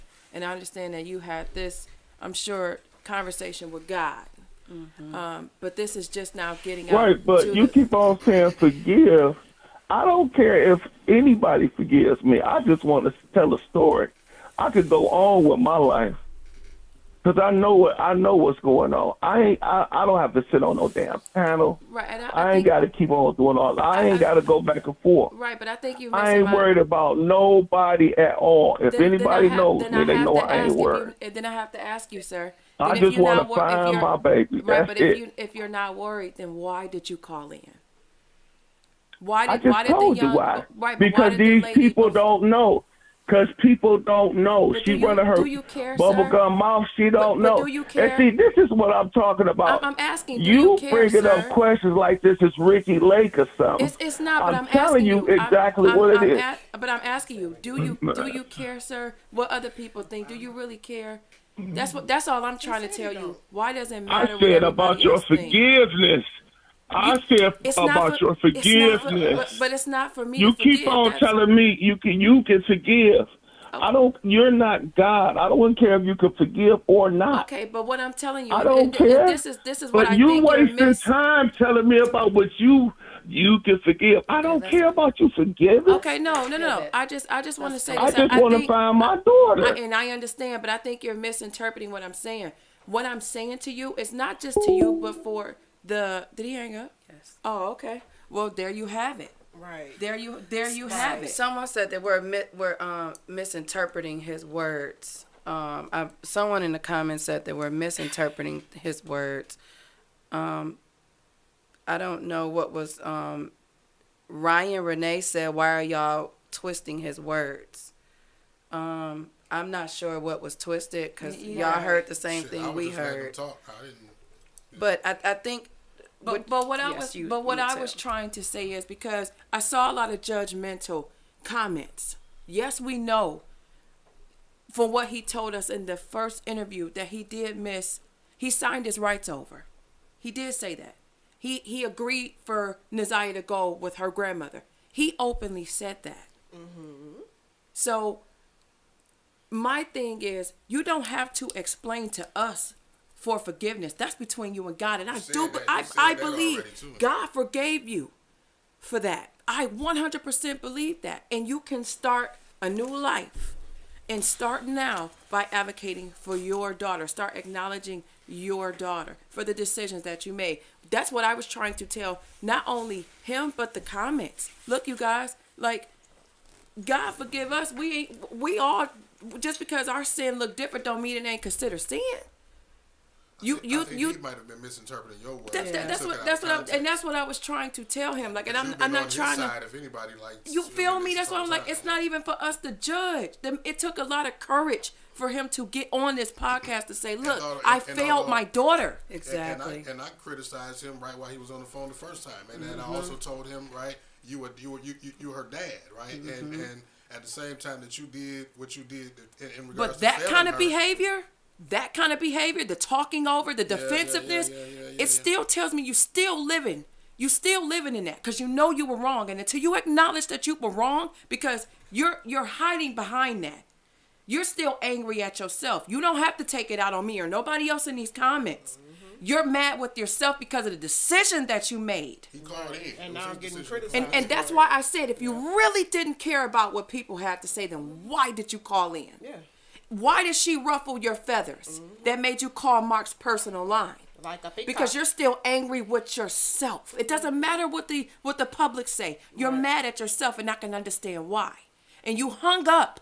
Further proves to me you ain't over what you did. You got to live with that. You have to live with your child being in the position that she was in because you were not there. Not like you thought you were there. You can spend money. You can buy clothes. Right. You can buy shoes. Right. But that doesn't make you a damn father. Money don't raise no kids. Where were you emotionally? And that's what I was trying to get to you, sir. Because kids are more than money. Right. They're more than shoes. They require time. They require nurturing. They require love. Where was that? Guidance. Can you imagine how she felt? Why does my mother and father don't want me? Why is my father not there? Why did you turn over your rights? Right. Why did you let me go? And if you brought up the fact that she was squatting and you knew she was squatting. You still didn't come get your damn child. Still didn't come get your child. Right. Still didn't come see about her. I'm not losing contact with my child. 5 years. Hospital. I'm not letting it. Exactly. I'm not letting it fly. Yep. But this is accountability. This is what the community do. So when the community hold one of our other people accountable, this is what we do. We hang up. Right. We hang up. Like I said, sir, God forgive you. It don't matter what nobody else thinks. It doesn't matter what I think. It don't matter what these people in these comments think. I just hope that you do better and do right in this time by looking for her. And if she shall come up and she's back in health and she's found, I hope that you make it right and that you take what we're saying to you, not as a defense, but to say, hey, brother, hug your child. Right. Tell her you love her. Tell her you sorry. Because this sorry is too late. She needed to hear it while she can hear it. Yep. She needed to hear it. And if she listening right now, she damn sure didn't need to hear that. Somebody said we spending too much time on him. Nope, this is all a part of the discussion, sweetheart. It's all a part of the discussion. We not skipping over nothing. Everything gets talked about. Everything. And accountability, it's uncomfortable. But Very much so. But you don't grow when you're comfortable. And we have to start holding each other accountable. We have to. And maybe that was a conversation you probably should have had with Mark instead of letting the world know. You should have probably had that conversation with Mark privately because you already know how the public gonna feel. You really thought the community was about to embrace you when they heard you signed over your rights? And was living your best life. You really thought that they were going to embrace you? No, they like, you about to get this knuckle on the chin, sir. Mm-hmm. Because where was your antennas? Right. Where was your antennas? And how was it not unsettling to you that you couldn't get in contact with your daughter? Mm. Did you even try and find her? Did you even go look for her? Or you just said, "Oh, they gone." So you think about it. 4 or 5 years. She been gone for 2 months, and it's bothering you. She been gone for 2 months, but 4 or 5 years. Phone line back open, y'all. Go ahead. Call. Yep. I'm sorry, he got me out of my element. All right. They rolling in, man. What's happening, caller? Who is this? Where you calling from? It's just my lucky night. This is Carmen again. Okay. Carmen back. What's happening, Carmen? Carmen, you done ruffled his feathers. I'm gonna keep it real classy, but I'm gonna keep it very logical. Okay, Detroit is not the biggest city. I think that they have about 9 precincts.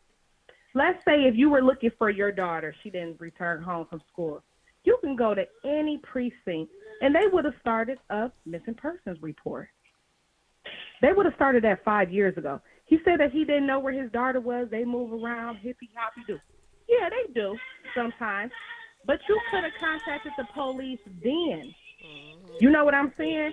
You went through Christmases, you went through birthdays, Easters, Thanksgivings, and didn't see your baby? Nobody in your family was like, hey, bruh, where, I can't pronounce her name. They ain't know. It's clear.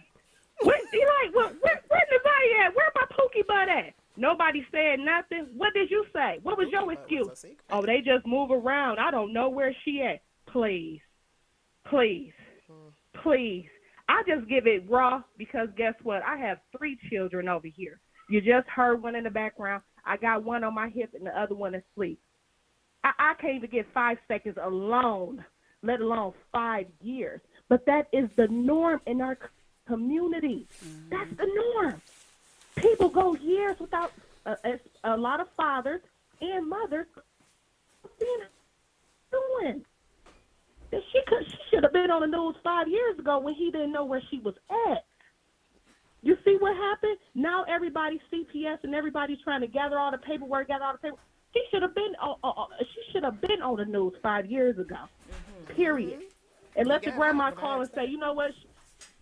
Let the grandma call and say, hey, look, she over here. This is our address. She on Barlow, whatever. It shouldn't have took 5 years. You're not getting no empathy from me. No, you're not. You're not. And guess what? You failed, and I won't say that it's okay, but you got to acknowledge that. You trying to argue and be defensive? You should never even call. That was silly. I was waiting on them to get off the phone. You can't. You just can't do that. We're not getting away from the fact this child has been missing. I'm just floored. Do you hear me? Floored. She been missing, and you don't know where your baby at. You don't even know what school she go to. Who's her teacher? What's her locker number? Do they wear uniforms? You don't know nothing. Get out of here. And that's it, Mark. I'm done now for real.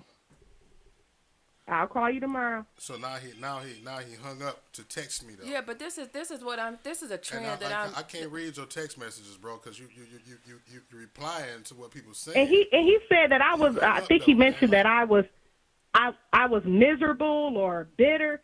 Think of another adjective to describe a mother. Think of another adjective. Describe me as powerful, boisterous, concerned about your children. I'm concerned about your daughter. Right. I'm not bitter. Bitter for what? I'm disappointed. I'm angered. It's freaking cold outside right now. We don't know where this girl is. It was cold early January. We don't know where this girl is. Ain't nobody bitter. Get out of here. Think of another adjective to say. I'm tired of hearing that bitter, weird, all that. Think of something else to describe me.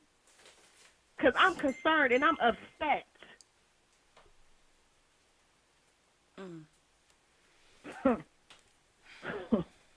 I'm done. I'm not calling no more tonight, Mark. You hear me? Thank you, Carmen. If you see my number come past, block it. I'm not calling no more. Block it. I'm not blocking you, but I do appreciate all praise. Y'all take care. You too. Somebody said that we're bashing the dad, but not the mom. We're not bashing the dad. No, see, like, and then Sheeta was actually on his side. Like Sheeta was. Now we got another caller coming in. Let's see if we can get this one. They rolling. What's going on, caller? Who's this and where you calling from? Hey, how you doing? My name is Binky. From out of state. I'm from Detroit, and been following this story for a minute.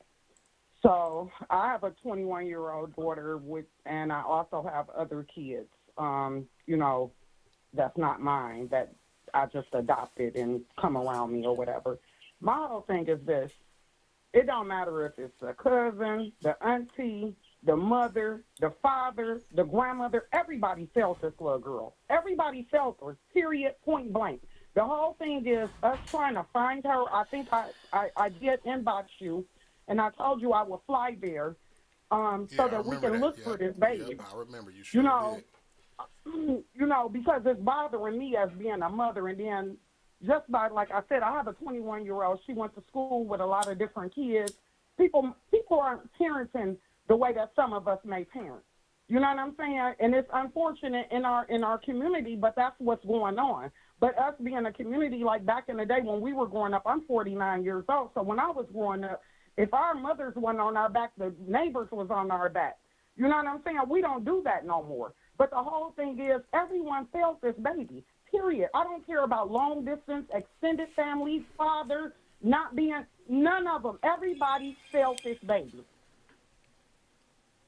Point blank. And I'm like really literally ready to come there and run up in the grandma's house, because why isn't the police searching the grandmother's house? Has that been brought up to the police? It has been, but it's been a whole lot that's been brought up to the CPS, DPD, and they doing what they do. So it's only so much you can do. Like literally, what I'm literally ready to do, because I've done private investigation work, and I would dedicate my time to this without being paid. I don't care about that. I want to get this baby home safely. Thank you. So, Mark, I will inbox you I did inbox you my number. Please let me know and keep me updated, because like I said, I can jump on the road and get there. I just really, it's been bothering me. A lot of my people, my best friend is on here now. We've just been like all over the place about this. Like every day it's a conversation, like they still haven't found her. They still haven't found her, and I'm not understanding why nobody has ran up in the grandmother's house, because there's so much being said, and usually DPD would try to investigate. There's nothing to get a search warrant. You know, it's not like we haven't had kids put in the freezers before or found dead in their homes. So a lot more needs to be done. And what, first of all, what we just all need to do is just stop pointing the finger, because anybody that was connected to the girl, they felt her. The lunch lady calling in, she knew that she was off that day. I'm pulling her to the side. Baby, talk to me, because this ain't you. To find out what's going on. You know what I'm saying? Because I'm sure that people in the school knew that something was going on in the house. So it's just like, really like, I don't know. But Mark, please, like I said, inbox me, pass the number to your staff. They can inbox me, whatever. Please keep me updated on like everything, because this is just too much for me. So this too much. I'm actually about to create a organization. I'll just say that for right now. You know what I'm saying? I'm putting together for something in regards to not only this situation, but many other situations like it in our community. You know what I mean? Because we know there's a lot of issues that we need to tackle, just like they're similar to these and others. You know what I mean? So I'm putting together something, and like I said, we're gonna organize some things. You know what I mean? So keep your eye out for that on the group. In fact, twins, like I've talked to y'all a little bit about it already. What y'all think about the idea? I think it's a great thing. I think we definitely need to do it to get more people involved in the community. But hold on, I gotta stop y'all. I want to thank the caller for calling in. We will definitely keep you posted. Thank you for your call and your support. Okay, thank you. You're welcome. Thank you so much. You guys be safe, and everyone have a blessed night. Yes, you too. I just want to tap into this comment because Charlotte Mosley, I don't know what address you're talking about that you found, and you about to scope out the house or knock on the doors. Please do not do that. We do not condone that. We are not asking anybody to go out and violate anybody's space. We are not Somebody police. said what? Who said that? That they found an address and they about to scope out the no, that's not the house or knock on doors. That ain't what you need to scope Come on, out y'all. No house. Absolutely not. You ain't about to scope no house out. We just talked earlier about that whole situation. We were sharing this information and all of that. That don't mean for you to go take matters into your own hands. We just heard that DPD is doing what they need to do, and they are getting to the bottom of the situation. Right, whether it's from them information, the information they're finding out from my podcast or tips that they getting from call-ins or wherever, they getting down to the bottom of it, and they don't need your help. Right, this is for us to have our conversation. Yes. Okay, about being reactive as opposed to proactive as opposed to reactive. Yes. And get into the solution right before we get to the problem. Well, Big Nate, we can't stop people from doing what they want, but we're not condoning that. And I'm gonna say this too. I want to address Big Nate as well. Also too, don't think for a second that this chat is not being monitored. We already know the police commissioner has dropped in and out of here. DPD be watching too. So I would just be err on the side of caution. Cautious of what y'all say. Exactly. Yeah. You know, it's why put yourself in a position where you take matters into your own hand and then you risk your freedom. Right. You know what I'm saying? Like, and I understand, like, again, this is emotional. Everybody's angry, but it's not going to help causing harm to other people or questioning, because you put your life at risk. You know, what if she answered to the door or answer the door and blow your head off because she's scared? You know what I'm saying? Like, we gotta come on, y'all. We gotta think. We gotta mobilize strategically. Be proactive, not reactive. Yes. So right there. You know, let's do the right thing. But we gonna do Roxy, and then we gonna share her Shannon thoughts. I don't even want to share my Shannon thoughts. The daddy didn't wipe me out, because all I have seen from listening to this whole story from beginning to end is the pointing of the finger. I tried and I didn't, and that's on her. That's on her. I have yet to hear anybody say, okay, yeah, I fucked up, and not get defensive. That's all I've been hearing. No accountability. So if it's really like this, I can't imagine what that baby went through. I cannot imagine, and that breaks my heart. And that's what I have to say as far as, I guess, Shannon. That's my Shannon piece, because you as an aunt, I'm an aunt. You know, I'm a mom, and I got a daughter. You have a daughter. You have daughters. You know, you see the situation that your niece is in. You see that. You see Naziah don't have nobody. So why not take her like you take in your own? Protect her like you protect your own. And Miss Binky, I'm still on the call. I just Oh have my one God, more Binky, question I'm for so sorry. Roxy. Binky, I'm so Oh yeah, sorry. no problem. Yeah, we're gonna open That's it up, okay. baby. I'll We're just gonna take have- a couple more callers and we're gonna shut it down for the night. We might come back on later on, but we're gonna shut this. Okay, this can I episode. ask one question before you hang me up? Because go there's ahead. a lot of people in the comments just asking this. I just wanted to ask, like, what is your connection to her, Roxy? How are you family with her? Thank you. I was waiting to address that. So, I am Naziah's what I call extended family. Everybody is asking who I am. I am not in her immediate family, meaning, you know, her grandma, her auntie, and all of that. You know, you got the Jones and the Washingtons, and it's that one family that kind of distanced themselves off from everybody. Well, the Harrises is the family that distanced themselves off from everybody, and I guess now we see why. So, Right. if it was bought to the Jones and the Washingtons and everybody else in the family, then of course we would have been on it. It seems like it's a little bit late now. However, the rest of us did not know. Because if we did know, everybody would have been 10 toes down the day it happened. The day it happened, the day after it happened, and the day after that, we still didn't know anything because that Harris family did not say anything to the extended family. Because if we did, then all of us would have been out there, myself and several other of our family members. So I just want to make that clear when everybody is saying her whole entire family, you know, failed her. Her whole entire family did not fail her. That side of her family failed her, the ones who she was surrounded by and living with. Unfortunately, Right, the immediate family is what you I know, was speaking on when I said failed her. Right, you know, because some people want to have their version on extended and immediate and what have you. But if we would have known, the same energy would have been given to her day one when we found out. But we did not know because that part of the family distanced themselves, you know, from everyone else. And like I said, now we see why.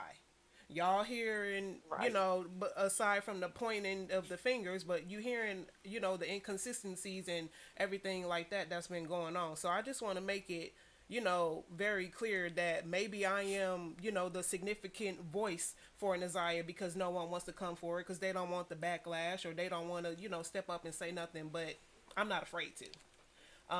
So if I have to be that voice and that person for her to step up and get her, you know, and be the person to help her be found alive and well and healthy, then I'll do that. And I'll do it for Naziah, And I pray that I'll if do it she- for I pray that she anybody in found- my family. Yeah, and I pray that she found safely, and Thank hopefully you will take her over or something like that. Or like I said, I will assist with whatever. If you take her over and you need assistance, I would Yeah, we definitely do that. definitely Or appreciate that. if she wants, or if she needs to come with me, I don't care because I just want her somewhere safe, and that was Right. my We whole all thing. do. But that, We all thank you do. very much. I just wanted, and I know we do. We all praying.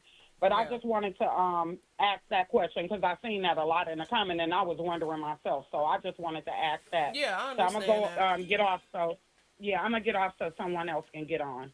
Thank you. Thank you. Thank you. Bye bye.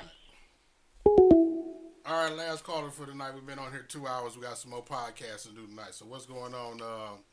Who's got the last call? The name waste no motherfucking time, man. No motherfucking time. What's going on, caller? Who's this? Where you calling from? This is Nita from Michigan, Mark. What's I'm going the on, one that Nita, from inboxed you yesterday about the explosion. This is the one that called all the other times too. So Okay, all right. I What's want happening? I want to piggyback a little bit on the lady that came on and said that she was once a part of law enforcement. Now, and I'm not bashing law enforcement because I am an affiliate of them as well. But I will say that we all know DPD is a chaotic, hectic district. We do know that. And I also know that, yes, they are actively investigating this case, but I'm not going to lie. They are lazy. Now, I have seen it to where we have situations like this, and guess what? These cases go under cold case. So I see there's a lot of defense on DPD, and I'm not, again, bashing them, but it's a lot that they need to take accountability for as well. Now, yeah, granted, they may be actively investigating, but to me, they're not doing enough. You know, I, again, have seen so many cases that has been put on cold case files that has gone unresolved because, again, they have a lot of cases going on. Sometimes it's petty stuff that they're being called for. We understand it. Sometimes DPD won't even let you file a missing person report if the child or whomever have not been missing more than 48 hours. It was 24, but now it's 48 hours. And as far as the DPD, CPS, and the family, my thing is, why the hell is DPD, CPS still allowing the other children to be in the home where Naziah was residing? That's mind-blowing to me because I do know under the court system, when there's abuse, neglect, and all this, especially a source of molestation, everybody is moved from the home. Now, somewhere the court failed this baby. I mean, I'm not going to say, oh, well, certain family members, because if anybody knew that this man was a pedophile, and I'm pissed off because I get so sick of people saying, well, we didn't know, we didn't fail her. Fuck that. This shit right here happened where she came up missing. Everybody, Shannon said herself, he told her. If you look at her on camera, this lady, come on, she's not even looking in the camera. She know more than what she's saying. I'm not telling nobody to go take matters in their own hands because y'all will be foolish to do that. Don't risk your lives trying to play cackle save them. Don't do that. Let DPD handle that. You know, ask how y'all can be a part of the shit or whatever. But in all reality, I mean, DPD doing their part. The community needs to do their part. But I promise you, the family can't point fingers at each other. It's just unnecessary because, again, the baby is missing. It's unfortunate that I'm confused why DPS or the family didn't seek DPD's help in the beginning because DPS ain't shit but some school polices. They not even real, for real. Now, the fact that it took as long as it did for DPD to get involved is behooving. The fact that the family was acting like this, that, and the third, or this happened, or she said this, or, man, come on, let's be for real. The baby is missing. Again, like someone said, it's cold as hell outside. Everybody pointing fingers at everybody, but again, everybody that knew that this man was a pedophile, everybody that knew that he had a history of this, it don't take shit to go on Otis, to go on a registry and find out. Hell, every time I move to a neighborhood, I'm scanning to see who in my neighborhood or in my area is a pedophile because I have children, whether they are male or female. I check everything because I'm a concerned parent and I don't want nobody slipping up trying to do nothing to mine. So everybody in this family that knew that this guy was a pedophile, y'all failed that baby. I don't care if it's an extended, immediate, long distance, everybody that knew he was a pedophile, because guess what? The very minute y'all knew, somebody should have been taking action. Period, point blank. That was the whole point of me. I'm a motherfucker. Huh?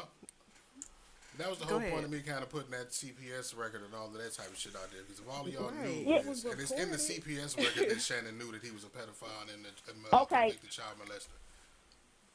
So I was finna hear somebody say, what point of action? Okay, listen to this. When y'all go to court for some shit, right, y'all, sometimes motherfuckers lie to the court and don't want certain people to get in trouble because they're covering up for certain people. When you go to the court and you make a accusation or you come and say, look, this is what's being done, if you feel the judge don't do nothing, he got somebody higher than him. Now, granted, I'm not going to lie, you got some judges that's lazy as hell because I know somebody that literally just tried to get a PPO whose life is in danger and the judge denied it and they brought in proof. Now, I said if something happened to this individual and they defend themselves, guess what? They shouldn't be held accountable for shit. It should be justified as self-defense because they went to seek help.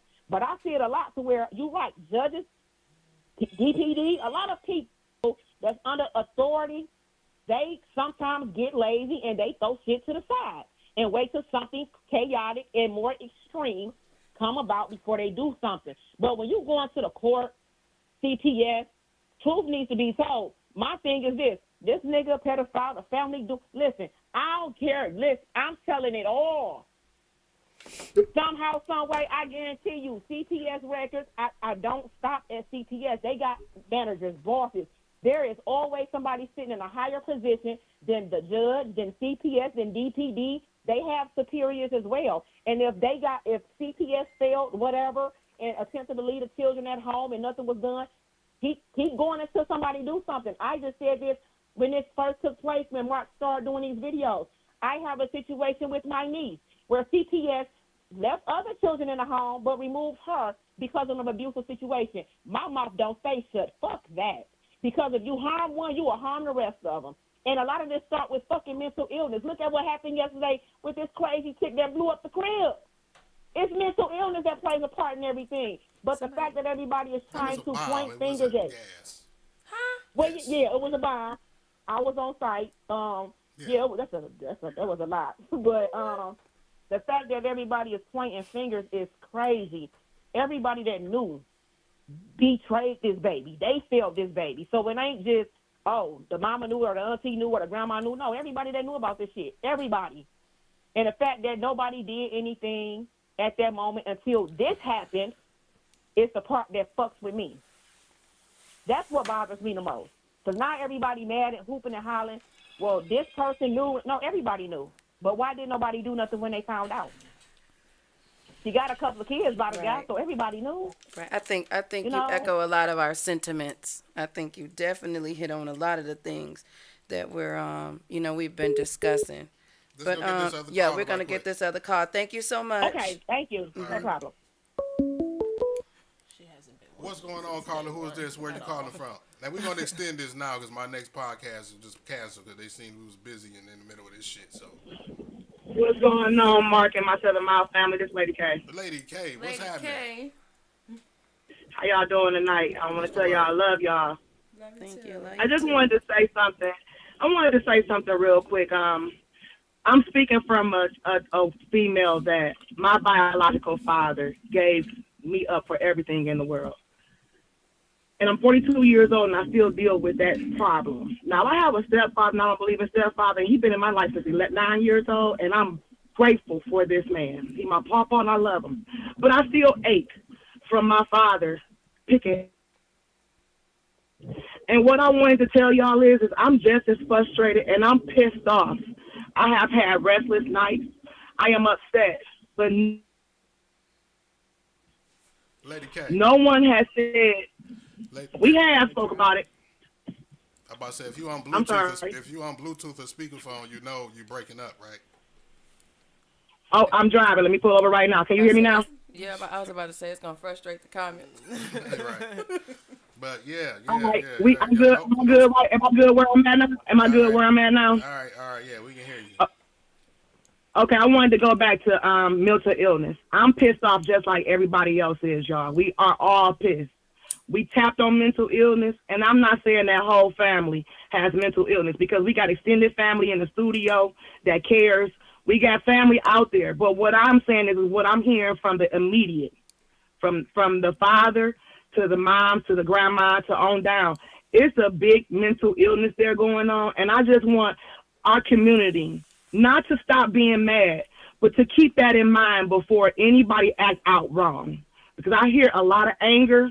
I hear frustration and everybody pointing the finger. I just want everybody to remember about mental illness, and it is definitely a big part of this story. Mm-hmm. I'm not saying take it away from nobody. I'm not saying be lenient on nobody. But what I'm saying is that sometimes when we get mad and when we get upset, we don't think. And we got to think about all these points. I love y'all, my city. We all want this baby to come home safe. In my heart, I believe she's still here with us. And I believe we can get a hold of her, but I'm aching because I do know that there is bigger problems than being angry and people dropping the ball. We got some mental illness here going on, y'all. And I want y'all to think about that. I'm getting off this line. Y'all go get y'all some rest. I love y'all. 7 Mile Radio, y'all. And I think that's, Lady K, thank you for bringing that up because I believe that's the key part. As angry as we want to be, it is mental illness. Even with Jarvis, it's mm-hmm. Somebody violated him. Somebody violated him, and it sounds like to me that he didn't have a safe space.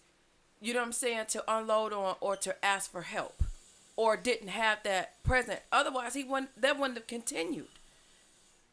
You know, we see that common in our community, in our black community, where especially in our older generations. I don't want to go see them. I don't need nobody else telling me or in my business about anything. I know me. I don't need that. But a lot of this is mental illness. Definitely. I mean, is it hereditary? Goddamn. What's going on, caller? Who is this and where you calling from? This is Chanel from Detroit. What's happening? What you got to say? I was just going to say this. I honestly kind of think that she is still here with us. Can you hear me? Yeah, I hear you. Okay, yeah, I honestly kind of think she is still here with us. And if she is not, I kind of feel like she is in that grandma's house. And I feel like they need to search that house. Either she's in that house or she's around that house. You know how we always have family members that want to bury their family. Or I just think they need to do a lot more investigating and looking into her house. I wouldn't argue that. I wouldn't argue that at all. You know, and like you because said, I hope she's still here. Yeah, and I don't understand how she got off this bus and then no one seen her after that. Like, yeah, I think that's something. It's a mystery for us all. Yeah, I think that's something that they have to legally get around to. They probably would definitely need reason to do that, and for whatever reason, they haven't done that, or maybe they're thinking about doing that. Like, we don't have the inside track on that. It's not a bad place to start though. As far as the main twist. Exactly. That's what I was thinking. Mm-hmm. Right. Well, yeah, I appreciate Thank the call, you. sister. I just, before you get to the other calls, thank you so much. I know a lot of people in this chat, like, so no update. These podcasts, these updates that we're giving are really updates of the information as we get it. And we're sharing that with y'all. We wouldn't know if she found or not. Y'all would hear that probably from the police on the news. It's just when we come across information, we're being transparent and sharing that information. And then it opens up the table again for us to come to and share our thoughts. And that's exactly what we're doing. So I don't want to get it confused that we have, like... And it just so happened that we have a platform that when we share our thoughts, it's actually open and seen by the people involved with the situation. And they end up sharing their thoughts, which cause us to now continue the conversation like we had into a 6-part episode where we are now. And who knows, there may be a 7th fucking part of it. You know what I'm saying? Because there's so much information is being thrown around and we need to unravel. And at the end of the day, we know that her being found is the central nucleus of what we're here for. That's the reason why we having these conversations, but because you don't hear it in the news, you're not hearing Nasiah in the mainstream. At the end of the day, we have to keep her name revolving in people's mouths, revolving in the social media, revolving in the news, right? If it wasn't for this podcast, the news wouldn't. That second story that we just seen wouldn't have aired about her. Mm-hmm. Regardless of us knowing that the information that was in it was not what we really wanted it to be. They edited it down to the point where we didn't even really get what we wanted out of it. Right. But at the end of the day, her name was back in the news. So let's see how long it'll be before, again, we hear about anything in regards to her. Now, hopefully the next thing that we hear is her being found. But the point is, we'll see how long it is. Yeah. I'll open up the phone. Yep. I'm about to say open up the phone because I have someone who wanna. Yeah, it was a couple of people calling as well. So. And I just 313-723-0481. I know Doctor about to say y'all know the call-in line without me having to put the number up. What's going on, caller? Who is this? Where you calling from? This lady K. I got one more thing to say. What's happening? Y'all hear me? Yeah, no, we don't hear you. Okay, I had to pull over. I had to say this because I know y'all done already said it, but I wanted to say it again. Y'all cannot be mad for a platform of this man taking out his hard-earned time to be open for you guys to express your feelings, get news coverage that does not come on the news platform, get real behind. Because the thing about it, which I got to feel and realize, is whatever he gets, he's sharing. It's not that he know whether it's 100%, but he's letting y'all know, hey, this is what's being said. Let's figure this out. So for any family members or anybody that's sitting on their couch chewing popcorn that has a criticism, thought, or a saying about what the platform is offering, do better. If you can do better, then do better. But if not, help. Help us help these babies. Because there's more than just this baby out here. This platform is for us to help one another. This is not here to bash no family. Because the thing about it, everybody got crooked family members. Everybody got a basehead, a crackhead, a bisexual. Everybody got something negative in their family. So can't nobody sit here and tuck their tail and say, not my family. No, we all got some issues, but when are you going to speak up about your family? And that's what the platform is for. Again, I'm Lady K. I ain't gonna call it no more. 7 Mile Radio, y'all. Good night. Thank you, Lady K. Yes. Gratitude. Gratitude. Gratitude. Gratitude. You know what? It's crazy that in whatever situation that it may be, that motherfuckers will be more mad at the messenger than the message. Right? Whether it be me exposing the pedophile, and this was not even exposing the pedophile, but this is fucking, documented fucking for years. Or just being the platform that has the conversation about the things. It's the messengers, it's not the message that people focus on. And that's part of the problem. Yeah. Whether it's your daughter telling you that your boyfriend molested her, you're not looking at the message, you're looking at the messenger. You checking the child, wondering if she telling the truth. Fuck the messenger. Listen to the message. It'll be these same people that talk about the platform that when they fucking dog is missing, they gonna inbox me with a picture of their dog, expecting me to give a fuck. I know some dog owners mad at me for that, right? I'm a dog mom, and I'm mad about it. You better give a fuck. But see, you, right? You search for my dog. What I'm saying is, it's the people that have a problem with what we doing for a whole person. And I don't, but that's a that when they keep that's come a up us missing, thing. you're gonna come back to me and say, "Man, you saved that girl on Mount Elliott in 7 Mile. I need you to save mine." But that's a trauma that black and I cannot put my finger on it. Why are we like this? Why are we like this? And I've never been on this side of media before. This is like my first run at it, and just to see how the public lash out.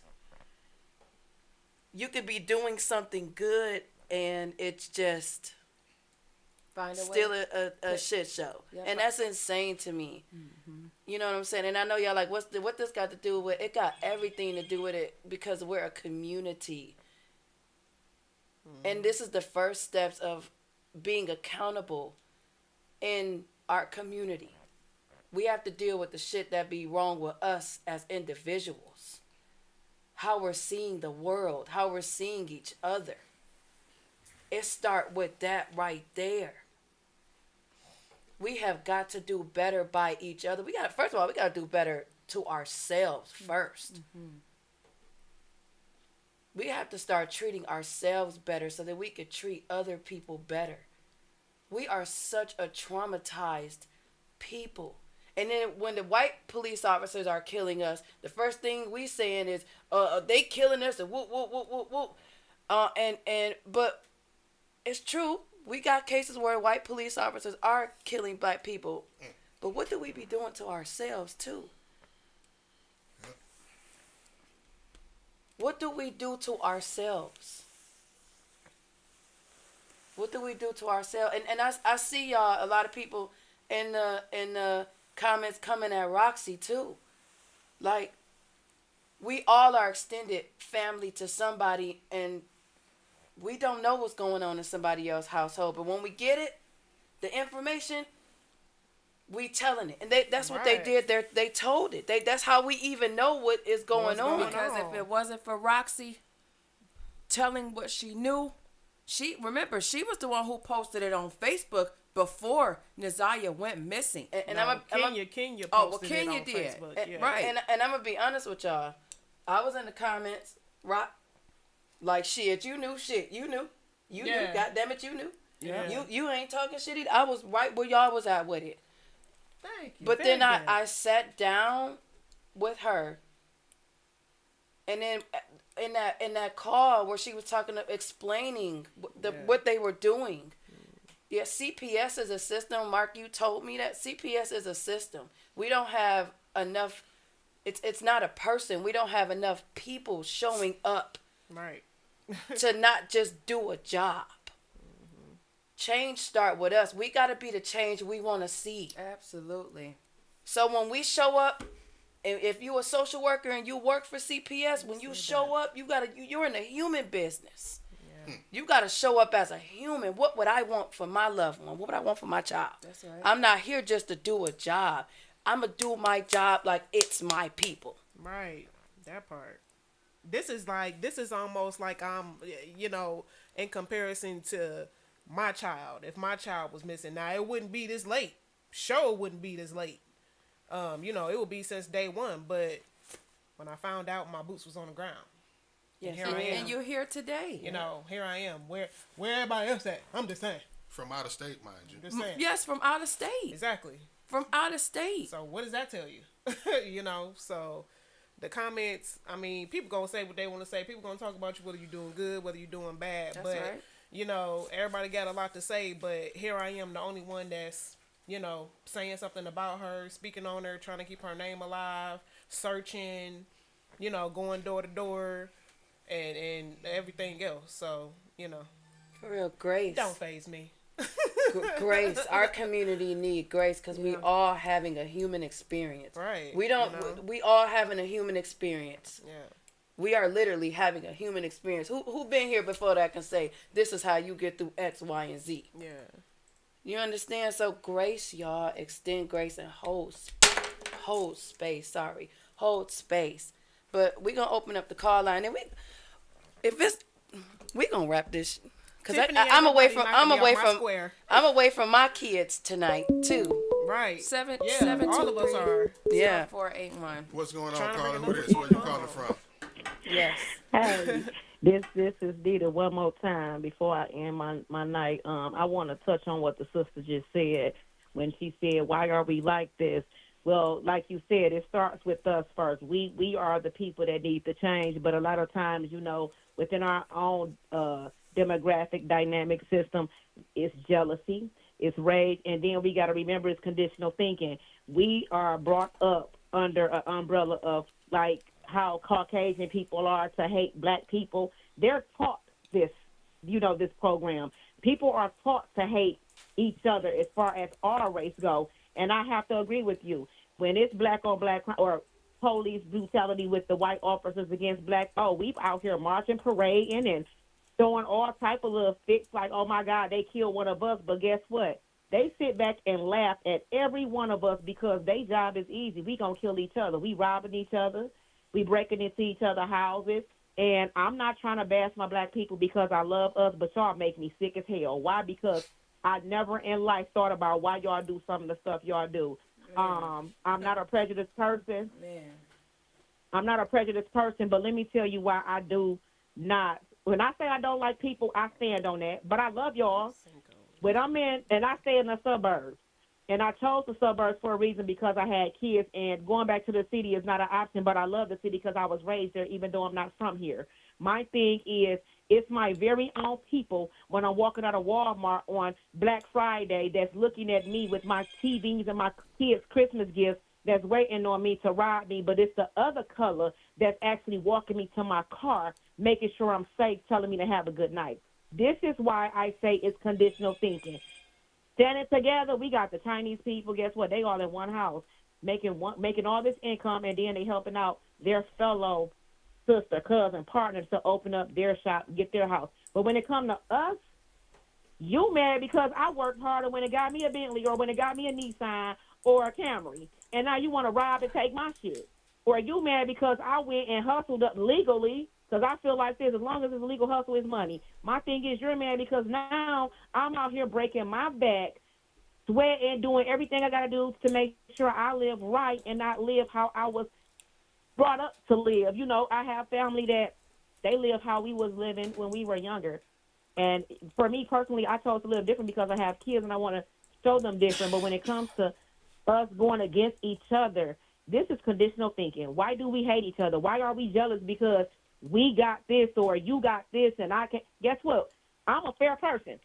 If I come up on something, I'm letting everybody know, look, this is a gig. Y'all can go do this. Now, what you choose to do with what you know has nothing to do with me. But why take from me when you had the same fucking opportunity to do what I did? Right. It's conditional thinking. Yeah, say that. I'm sorry. And it bothers me. Okay. It bothers yeah. I'm sorry. That's it, y'all. That's it. No, you're right. You're absolutely right. You are absolutely right. It does. It bothered me too. That's why I'm like, why do we do this to each other? You know? Jealousy, Thank you. greed. Oh, no problem. Have a good night, y'all. You too. Oh, okay. I just wanted to say, because April May was like, y'all not black. Y'all is not black. That's what she said. And I was like, can you expound on that? But she said, the comments are moving so fast. She said, y'all people instead of us, like she wasn't black or something. We don't take it out of context. I understood what she was saying. I understood what she was saying. Like, just the message here. I know all races have their thing. I can only speak for my people and what I see. I can't speak for another culture and how they band together. I know for us, we struggle with it, and I'm gonna implore y'all to listen to Malcolm X Ballad of the Bullet because he talk about it too. So we got to do Was that an audio book or something? Ballad of the Bullet is one of his speeches in 1964. I say, how the hell Malcolm X got an audio book? Tell me something. No, if you have Tidal, because I have Tidal, YouTube it. It's Malcolm X's the Ballad of the Bullet, and it actually, it's so relevant and it's so revealing. I was listening to it today. It's almost scary because nothing has changed since he made that speech in 1964. But he also touched on the fallacies in politics as well as what black people continue to fall victim to. And I would imagine that not much of that has changed as well. Yeah, not at all. Not at all. We want to take another call and then we gonna wrap this up. Yep, last caller, man. We gonna wrap this on up, man. Last caller. What's happening? Yeah, man, crazy comments in the chat. You know what I mean? I've been ignoring a lot of them, you know what I'm saying? But we ain't gonna. Let's see who this one is right here. What's going on, Carla? Who's this and where you calling from? Yeah, you, the one that's listening to my voice on the phone. Who's this and where you calling from? The one breathing on the phone. Hi, this is Tracy calling from Detroit. What's going on, Tracy? How y'all doing? Good. What I see is in this whole situation, it has been a lot of pointing the finger because there's no accountability. Because when you have to take accountability, that means you have to look at yourself. And people know that they didn't do right by this baby. They have not been doing right. So it's easier to say, hey, this person should have done this. This person should have said this person, instead of saying I. When you have to look at you, that means you have to, the insecurities you have and the things that you know that you're doing you shouldn't be doing, you got to focus on that and the spotlight on you. So I don't want the spotlight on me because I can't take accountability. These people know what happened. We all know that. We've come to that conclusion weeks ago. The certain family members know what has happened. But moving forward, as far as us being black, we have a crab in the barrel mentality. You want people to do better, but not better than you. And that's the problem. And that's why we don't advance as far as certain other races, is because they will work together and we going to work against each other. If I have a business and I'm selling something for $5, you hate your race so much you'd rather go pay $7 with another nationality.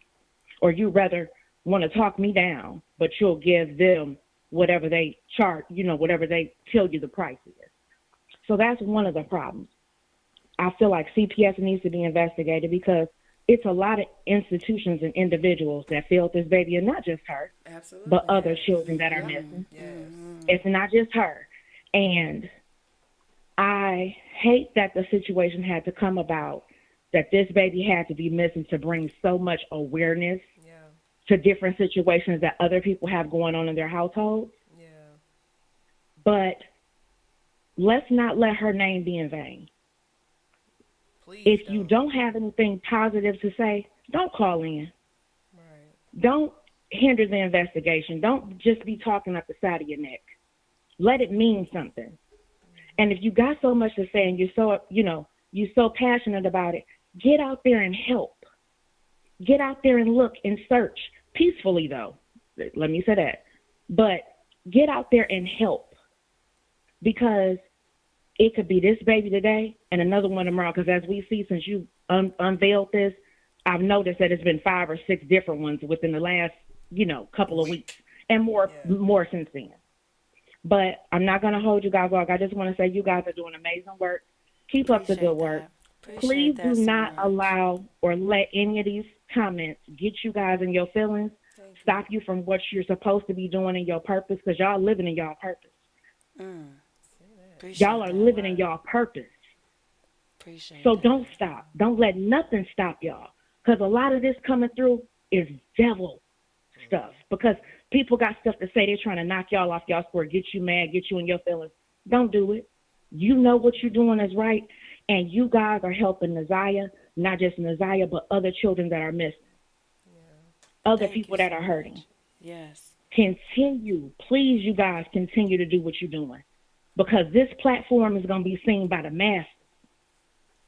And y'all are going to help the masses, and not just in Detroit. Please understand what I'm saying.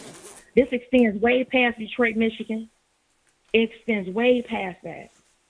So you guys just don't lose focus, regardless of what somebody say. Just don't lose focus. And I thank you guys. Thank you so much. We Thank appreciate you it. all have a wonderful evening. You too. Thank you. Thank you. And I did see a comment where someone said there are other children missing. There are. And we have not forgot about those babies either. We have not. This is the last call, though. Oh, yeah, because I forgot to go to Do Not Disturb. What's happening, caller? Who is this and where you calling from? Hey, my name is Brittany. I'm calling from Dallas, Texas. What's up, Bree from Texas? Hey, Brittany. Texas. Hey, y'all. I'm from Detroit. I've been down in Dallas for 5 years now. And I'm just calling to encourage Roxy, because I really am getting angry by these comments. Yes, Naziah is missing. Yes, everybody, on the live is hoping for the very best outcome. But first of all, it's not hard to face your family. Not to mention, I have multiple relatives that's on this live right now that I love dearly. And I can't tell you the last time I saw them face to face. I've never been to their home. You know what I'm saying? It's so many, so many scenarios that surround what actually happened to this baby, and all of the nonsense that's been going on. How can you ever point a finger at somebody that is showing themselves on a live with 1,000 people watching and still pointing the finger like, oh, you failed her? No. When you know something, you see something, you say something.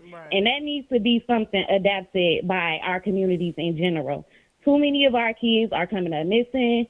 Too many kids are being molested and all of this nonsense. I don't know who the Shannon lady is, but that's very wrong on all levels, I really just hate to see that our community is looking at somebody that's on the side of right and just have all these hateful things to say. So, Roxy, you might be the person or the piece of the puzzle. You might be able to find the information that's needed. You know what I mean? Somebody else in your family may know something that you don't know and feel, comfortable enough because you took that stand. And I just want to encourage you to continue to do what you're doing. And y'all stop acting like y'all don't know how families are. Right. That part. Thank you. I appreciate that. Thank you. Of course. Bye. It was a very insensitive comment in here by Taylor. What's it by Taylor? I don't even know what's the name here. Taylor Clark. We're not condoning that. We're not even speaking on that. I don't even know why you put that in the comments. We about to weave out the village right now. Yeah, like come on now. This is positivity here. Like I know it's a lot of things that's probably being said that a lot of people don't like, but this is one You know, that's insensitive. Like her family sitting on this panel. Her family is up in here. Like, that's very insensitive. If you don't have anything nice to say, then keep that shit to yourself. We have hope here on this live. And I'm talking to you, Taylor Clark. I rebuke that. When's the next search party before we get up out of here? You know what? What I'm thinking about doing is because y'all know how I talked about like doing that cash mob thing. She said she was talking about Shannon Taylor Clark. Sorry. Oh, okay. I thought you was talking about Nasiah. I didn't even see the comment. I was like, I say no. We're not talking about Nasiah. Yeah, I don't know what the comment was, but she said she was talking about Shannon. I'm looking for the comment. Like, what's the comment? Okay, I'm glad y'all said something. They I'm on- about they- to I'm about to hit the trigger on your ass. They on your ass. Oh, you got to be very, Hey. you got to be very specific. We got I'm about thick to hit the skin trigger over here. on the block game on that one. But so I mean, raise y'all the remember hope. when I was talking about doing so I do the food reviews where I go just you know a lot of people know about it, but I was thinking about getting a group of people together to do a cash mob and supporting black-owned businesses and bars around the city on every Saturday, right? So I was thinking about like after I do my food review / cash mob this Saturday, I'm gonna get a group of people together to go out and eat with me. We're gonna review a black-owned restaurant and get multiple reviews of different perspectives as opposed to one person like y'all have seen classically throughout other food reviewers on social media. You know what I mean? We'll take a group of people out, and after that, then we may go out and search. I think that'd be a good time. Yeah, so that's Saturday. Yeah, good energy. So yeah, we'll confirm Saturday. Don't bring that rah-rah shit. No, At all. Ooh, Taylor Please don't. Taylor Clark. We not being annoying. We just didn't know what you meant, and you probably should have elaborated on that a little more. You put Mark, she gone. Like, we don't know. Yeah. We don't know who you. Yeah, we ain't. Yeah. You know, you annoying for that. No, and I'm just saying. Our apologies, Taylor. We misunderstood your comment. And we know it's a lot of people watching, so Yes. we ain't doing that to try to flex. A lot of on misunderstanding. Our Tonight. apologies. Come on now. Okay, so we wrapping this up. Be specific. She said we on the edge. Makita said we on the 7 edge. Mile Radio. Yeah. Oh, On the listen. edge. I should have known how this shit was gonna go. Look how the old girl greeted us. Yeah, It was just a picture. Right. It was just a picture. I mean, Yes, definitely. We apologize, Taylor. We love you. Y'all chill on my girl. Chill on my girl. You almost got blocked, Taylor. But Chill, we love you. chill on my girl. Yeah. Okay, so before we wrap this up, we thank y'all for being here with us tonight. Thank you, Mark. I appreciate y'all for joining me once again and relieving me of the conversation because going 5 hours by yourself is exhausting. I checked out. I only really did 2.5 of those hours. I don't know who that was sitting here for the last. Checked out the last 3. Right. So I just appreciate that. Now for real talk, and then because I always said this platform ain't about just me. As far as the talking heads or the personalities or the people who are involved with it. I know a lot of people have classically seen just me when you seen the 7 Mile Radio logo, but that's part of the reason why I brought y'all here is because I want people to understand that there's more faces and see more faces when it comes to 7 Mile Radio. You know what I mean? So that's what it is for one. And then on top of that, all of the help that y'all have contributed. You know what I'm saying? The twins, y'all, Tashay and Sheeta, and Roxy. You know what I'm saying? Everything that y'all done to help. You know what I'm saying? And especially her. Roxy been out pounding the pavement more than anybody that I've known or seen within this situation. Like she flew in straight from Texas and went straight to fucking Rouge Park. Now y'all know how big Rouge Park is, and she out there when it was cold. So you know what I mean. It's and even the listeners. You know what I mean. Everybody that supported. You know what I mean. I made a post just being. Just throwing it out there because a lot of people are asking me, "Oh man, how can I support your platform? Can I get a 7 Mile Radio T-shirt? Well, what's your Cash App? What's your Zelle or whatnot?" So I made a post earlier and I put my Cash App on my page. So I appreciate everybody that sent donations just to help the platform grow and everybody that voted. I know a lot of y'all voted for the Detroit Choice Awards. Make sure y'all go to that and vote for me on that for the favorite social media influencer for 2024. If that's how you feel. Right, I ain't trying to persuade you to do nothing that you don't really feel. But if you feel like, I'm your favorite social media influencer for 2024, go ahead and do that. I personally feel like I'm much more than a social media influencer, but yeah, you can put me in that box for the award. But with that being said, man, again, I appreciate everybody tuning in. It was And Zaya, hold on. some details I wasn't all the way done. Oh, I'm sorry. Some details I didn't get out. You know what I mean? So we may do another episode just to have a conversation about this. You know what I'm saying? And then share some other details and we can get out there. But and again, I don't know if Shay was about to take the thoughts out of my mouth, but you know, I saw we. Desire, if you're watching, yes. Was that what you about to say? Yes, sir. See, we here. You know what I'm saying? Same thing I said last time. Reach out to somebody. Tamaria Liberty Smith. Find one of these sisters on the podcast, partner with me. One of the twins, especially your cousin Roxy. There's a lot of people that love you. You know what I'm saying? In the community, if you just so happen to be watching wherever you at, there's a lot of people that love you and care about you and want to see you safe. So we do. We definitely do. Know, all of this arguing and bickering, we in here fighting over your little ass.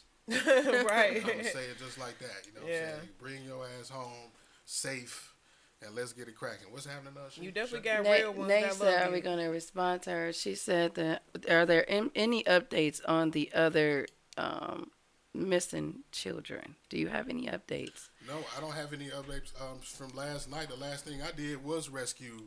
I ain't gonna say rescue. I found. Okay, I was able to help locate a missing girl. Yeah, that was major. Say it That was correctly. major. So other than that, yeah, I woke up. I mean, I went to sleep and woke up and been on this the whole day. You know what I mean? So. Thank you, Lele. No more updates on anything else. Yes, and we're not going to speculate on any what possibilities could have happened now. We don't want to speculate. We just want to have a conversation. Yeah, somebody. Yeah, we don't want to speculate. As far as the conclusion, you know, all the things that we're talking about, there's no speculation. We're not speculating on these things. We're having a conversation about details that pertain to this. I want to call it a case, but this situation. Yes. And two, you know, keep sharing the you know, on the social media, keep sharing the flyers of the missing girls. We're gonna post, you know, continue to post and share. I know I share it personally from my page, the missing girls. It gets so overwhelming because it's so many. Yeah. But if you have their names, put them in the chat. Hashtag their names, say their names. You know, and let's keep the conversation going. His going. name is Jarvis Ramon Butts. Jarvis been roaming butts for way a little bit too okay, long. we not ending the show. We ain't ending the show. You got to be stopped, Mark. You got to be. He got to be stopped. He been roaming butts for too long We now. ain't ending the show with Mr. Ass. We not doing that. But what I you gotta I'm just saying. stop. I gotta be gotta stopped. chill. I'm just saying, I don't know what just made that come to me and shit. Like He had to add Right. because it's you gotta laugh to keep from crying. Like Yeah. you gotta laugh to keep from crying. I just want to tell y'all, Detroit, I love y'all. Thank you for those that were here tonight. Thank you for embracing us, me and my sister and Roxy. Thank y'all for embracing us, because this is something new for me too, and I just wanted to be a part of something that will change the future of our city. And I think it's, you know, no better place than to be with Mark doing this, because he a real soldier out here. For real. So, you know, I know God's grace is all over him. So, you know, and his protection. So, I love y'all, Detroit. Well, I want to say too to the dad, because it's really weighing on me, and I in no shape or form wanting to disrespect him, and I'm as a part of holding the community accountable, and I'll say it here in front of all these people. You know, if you felt that I disrespected and was insensitive to you, sir, I don't know your name, but I am sorry. And I hope that the message that I was trying to convey to you was in no way, shape, or form in a judgmental matter. I wanted you to know above all that God knows your heart. And that if you're trying and God knows that, it doesn't matter what I or anyone else say. We all make mistakes out here. We all got skeletons in the closet. We are imperfect human beings. But it is what we do moving forward is what count. And if we stand in our truth, then you can't lose. So I just want you to know, you don't have to be angry with yourself because of the decision that you made, because I did hear some defense and I did hear some hurt. And I do appreciate your transparency and your honesty for telling us, yeah, you failed your daughter. When I heard that, I said, wow. And then I understand his I guess, return with his energy, right? But just like I had the conversation before with him after the first show that he called in, like you can't expect people to, like you said, embrace you. In that not moment, you know what I'm behind saying? that. And no, and I know he should feel like that. I guess not, especially not from me, and he shouldn't from you or anybody else. Maybe it was that caller. That it wasn't an attack on him. Yeah, right? But when we right. But anytime that we bring the father into the situation, into the conversation, there's always these touchy. questions. You know what I'm saying? These questions, and if you dare to chime in and call in, right. then you are, essentially calling in to face those questions. Yeah. You know what I'm saying? So you got to, stand on business, Be as prepared they say. to, yeah. You know what I'm saying? And, kind of take them bullets, you know what I'm saying? As I feel like he did well the first time. And just maybe this second time, it was just, maybe the caller, roughing him a little wrong. But, at the end of the day, we here with him looking because we care. We gonna stand. Just like. We gonna stand behind you. You messed up. We're gonna stand behind you. And he admitted make it right. Make it right. We as the community, we gonna pat you on the hand, but we gonna say, come on here. Now I didn't tap that ass. Now come on here. We gonna hug you and we gonna help you find your daughter, your baby. That's your seed. Mm-hmm. So to you, sir, I am sorry if I made you feel any kind of way. That was not my intention, and I'm sorry for that. If I made you feel like that. And then somebody said, can we do a vigil? Visuals, from my understanding, I've never been to a vigil for someone who was still here. Right. It's giving, that's giving gone. So that's not something that we would want to do. We don't want to channel that energy at all. That's not something, and I know they're going to return with, we're talking about a prayer vigil. But no, that's not the stage that we in right now. Right. It's not the stage that we in. Yeah. We organize in search parties until we hear something otherwise. Okay? And with that being said, people that's interested, I know I'm going to get a flood of inboxes, right? But y'all can message me if y'all interested, because I am organizing something. I'm going to send you a link on my website for us to join. And the thing about it is, the reason why I'm organizing it is because I don't want to make I don't want to put the searches public to where any and everybody is coming. Right. And we get some of these wild motherfuckers that we don't need to be in the damn circle of what we're trying to do.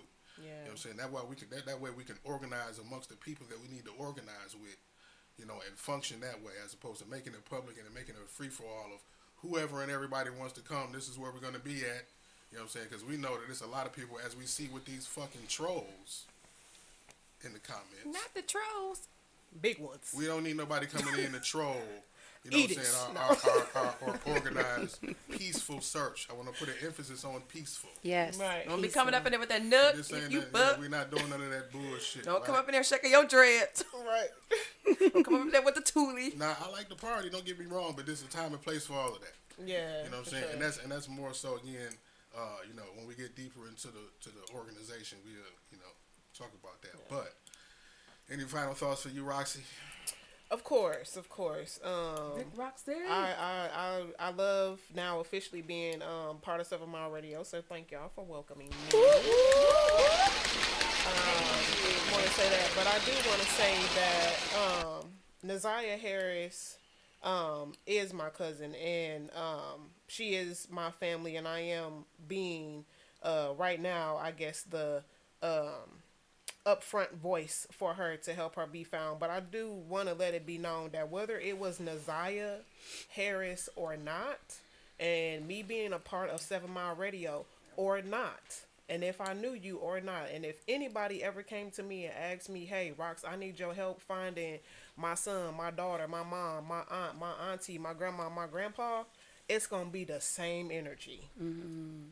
And if someone came to me and told me information because they didn't want to necessarily have their face out there or, to be ripped to shreds, it would be the same energy behind you and your people too. Mm. It's not just for Naziah. It's not just for it to be on a platform. I put the same energy behind anybody because I'm a genuine, loving, caring person for life. Period. So I just want to let that be known. It's going to be the same energy whether you my blood or not. I love that. And that's We why you need fit, that. that's why you fit with the crew. Yeah, we need that. Yeah. And we need more genuine good people. Most we definitely, need most y'all. definitely, We most need y'all. I see This a is lot not of this people. is not the end of the media team, right? And Mhm. actually, Yeah. the organization that I'm putting together would be almost of an extension of the media team. Y'all Right, are for sure. y'all have the media team. What's the position, right? Because y'all are interested in being involved in media, and I'm teaching and training y'all different things as far as podcasting, radio, media, TV, broadcasting, website design, all of that, right? Other people may just be foot soldiers, if you will. You know what I mean? People who are helping to relay information. People who feel like they are a part of 7 Mile Radio but have no media skills, no technical skills, right? People that are out there in our listener audience that just feel like they're a part of the family. Yeah, yeah. You know what I'm saying? It's for them. You know what I mean? When we organizing, whether it be a cash mob, when we're going to support black-owned businesses, or we're going out to search for a missing person or a missing dog. I know I said I didn't give a Not the dog. You search for the dog. Fluffy. All right. Fluffy. You already know No. how Shay felt about that. She's a dog. No. No, like I posted that as a stat. You're done. My cousin inbox. You're me, done. Like, you better look for my dog just like she was Shay. Like, You're done. because- Right. We gonna look for your dog, your like, cat. Real talk, like, you know, and then to tackle some of the problems and fill some of the other voids that we have in our community. You know what I'm saying? That we all know about, whatever they may be. You know what I'm saying? We can go down the list of them. Yeah. No, But it's that's what it's about. like sidebar. You know what just popped in my head a little bit before we go? Oh shit. In Crooklyn, when the auntie was looking for Queenie, the little dog. Y'all ever saw She was like, Crooklyn? when Queenie flew out that couch, damn, Just I wish random. we could find that clip. I love y'all, Detroit. It's time for me to go to bed. I done got We silly. love y'all, Detroit. Yes, Detroit. I I love might be y'all. back on live later on to kick it with y'all, And man. Y'all we know how I will do. be in the comments. Y'all know how I be on the late night tip, man. We just kick it and talk some shit, man. So y'all follow the page, inbox me if y'all want to be a part of the crew. And what y'all think of the name? Don't put the name out there. The name, you see the name, like how I broke it down, and what you think about that? What y'all, is it cool or is it corny? Let me know, man. If it's corny, Why I'll would you change. put? Why would you put us on the spot like that? Right. Right now. I'm like, She don't even know yet. So she let's might- go. I'm like, oh. Let's see what the community's saying. Put a All right. poll up. I'll put a poll up. Put the Put a poll. poll up. And Put a hey, poll up. hey, specifically, when we mean by poll, we mean to get opinions, not the actual poll. I love y'all, Detroit. Group hug. Group hug. God bless y'all. I love y'all. Take care of yourselves and each other. Something already up.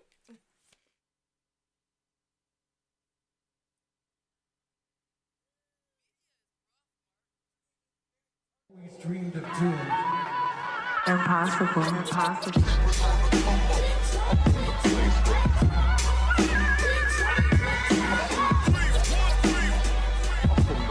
Welcome to motherfucking Detroit, goddamn.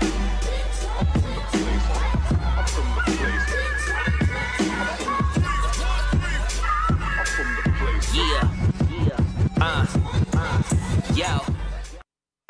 This Warning. You are now tuned in to 7 Mile Radio. MSD Production.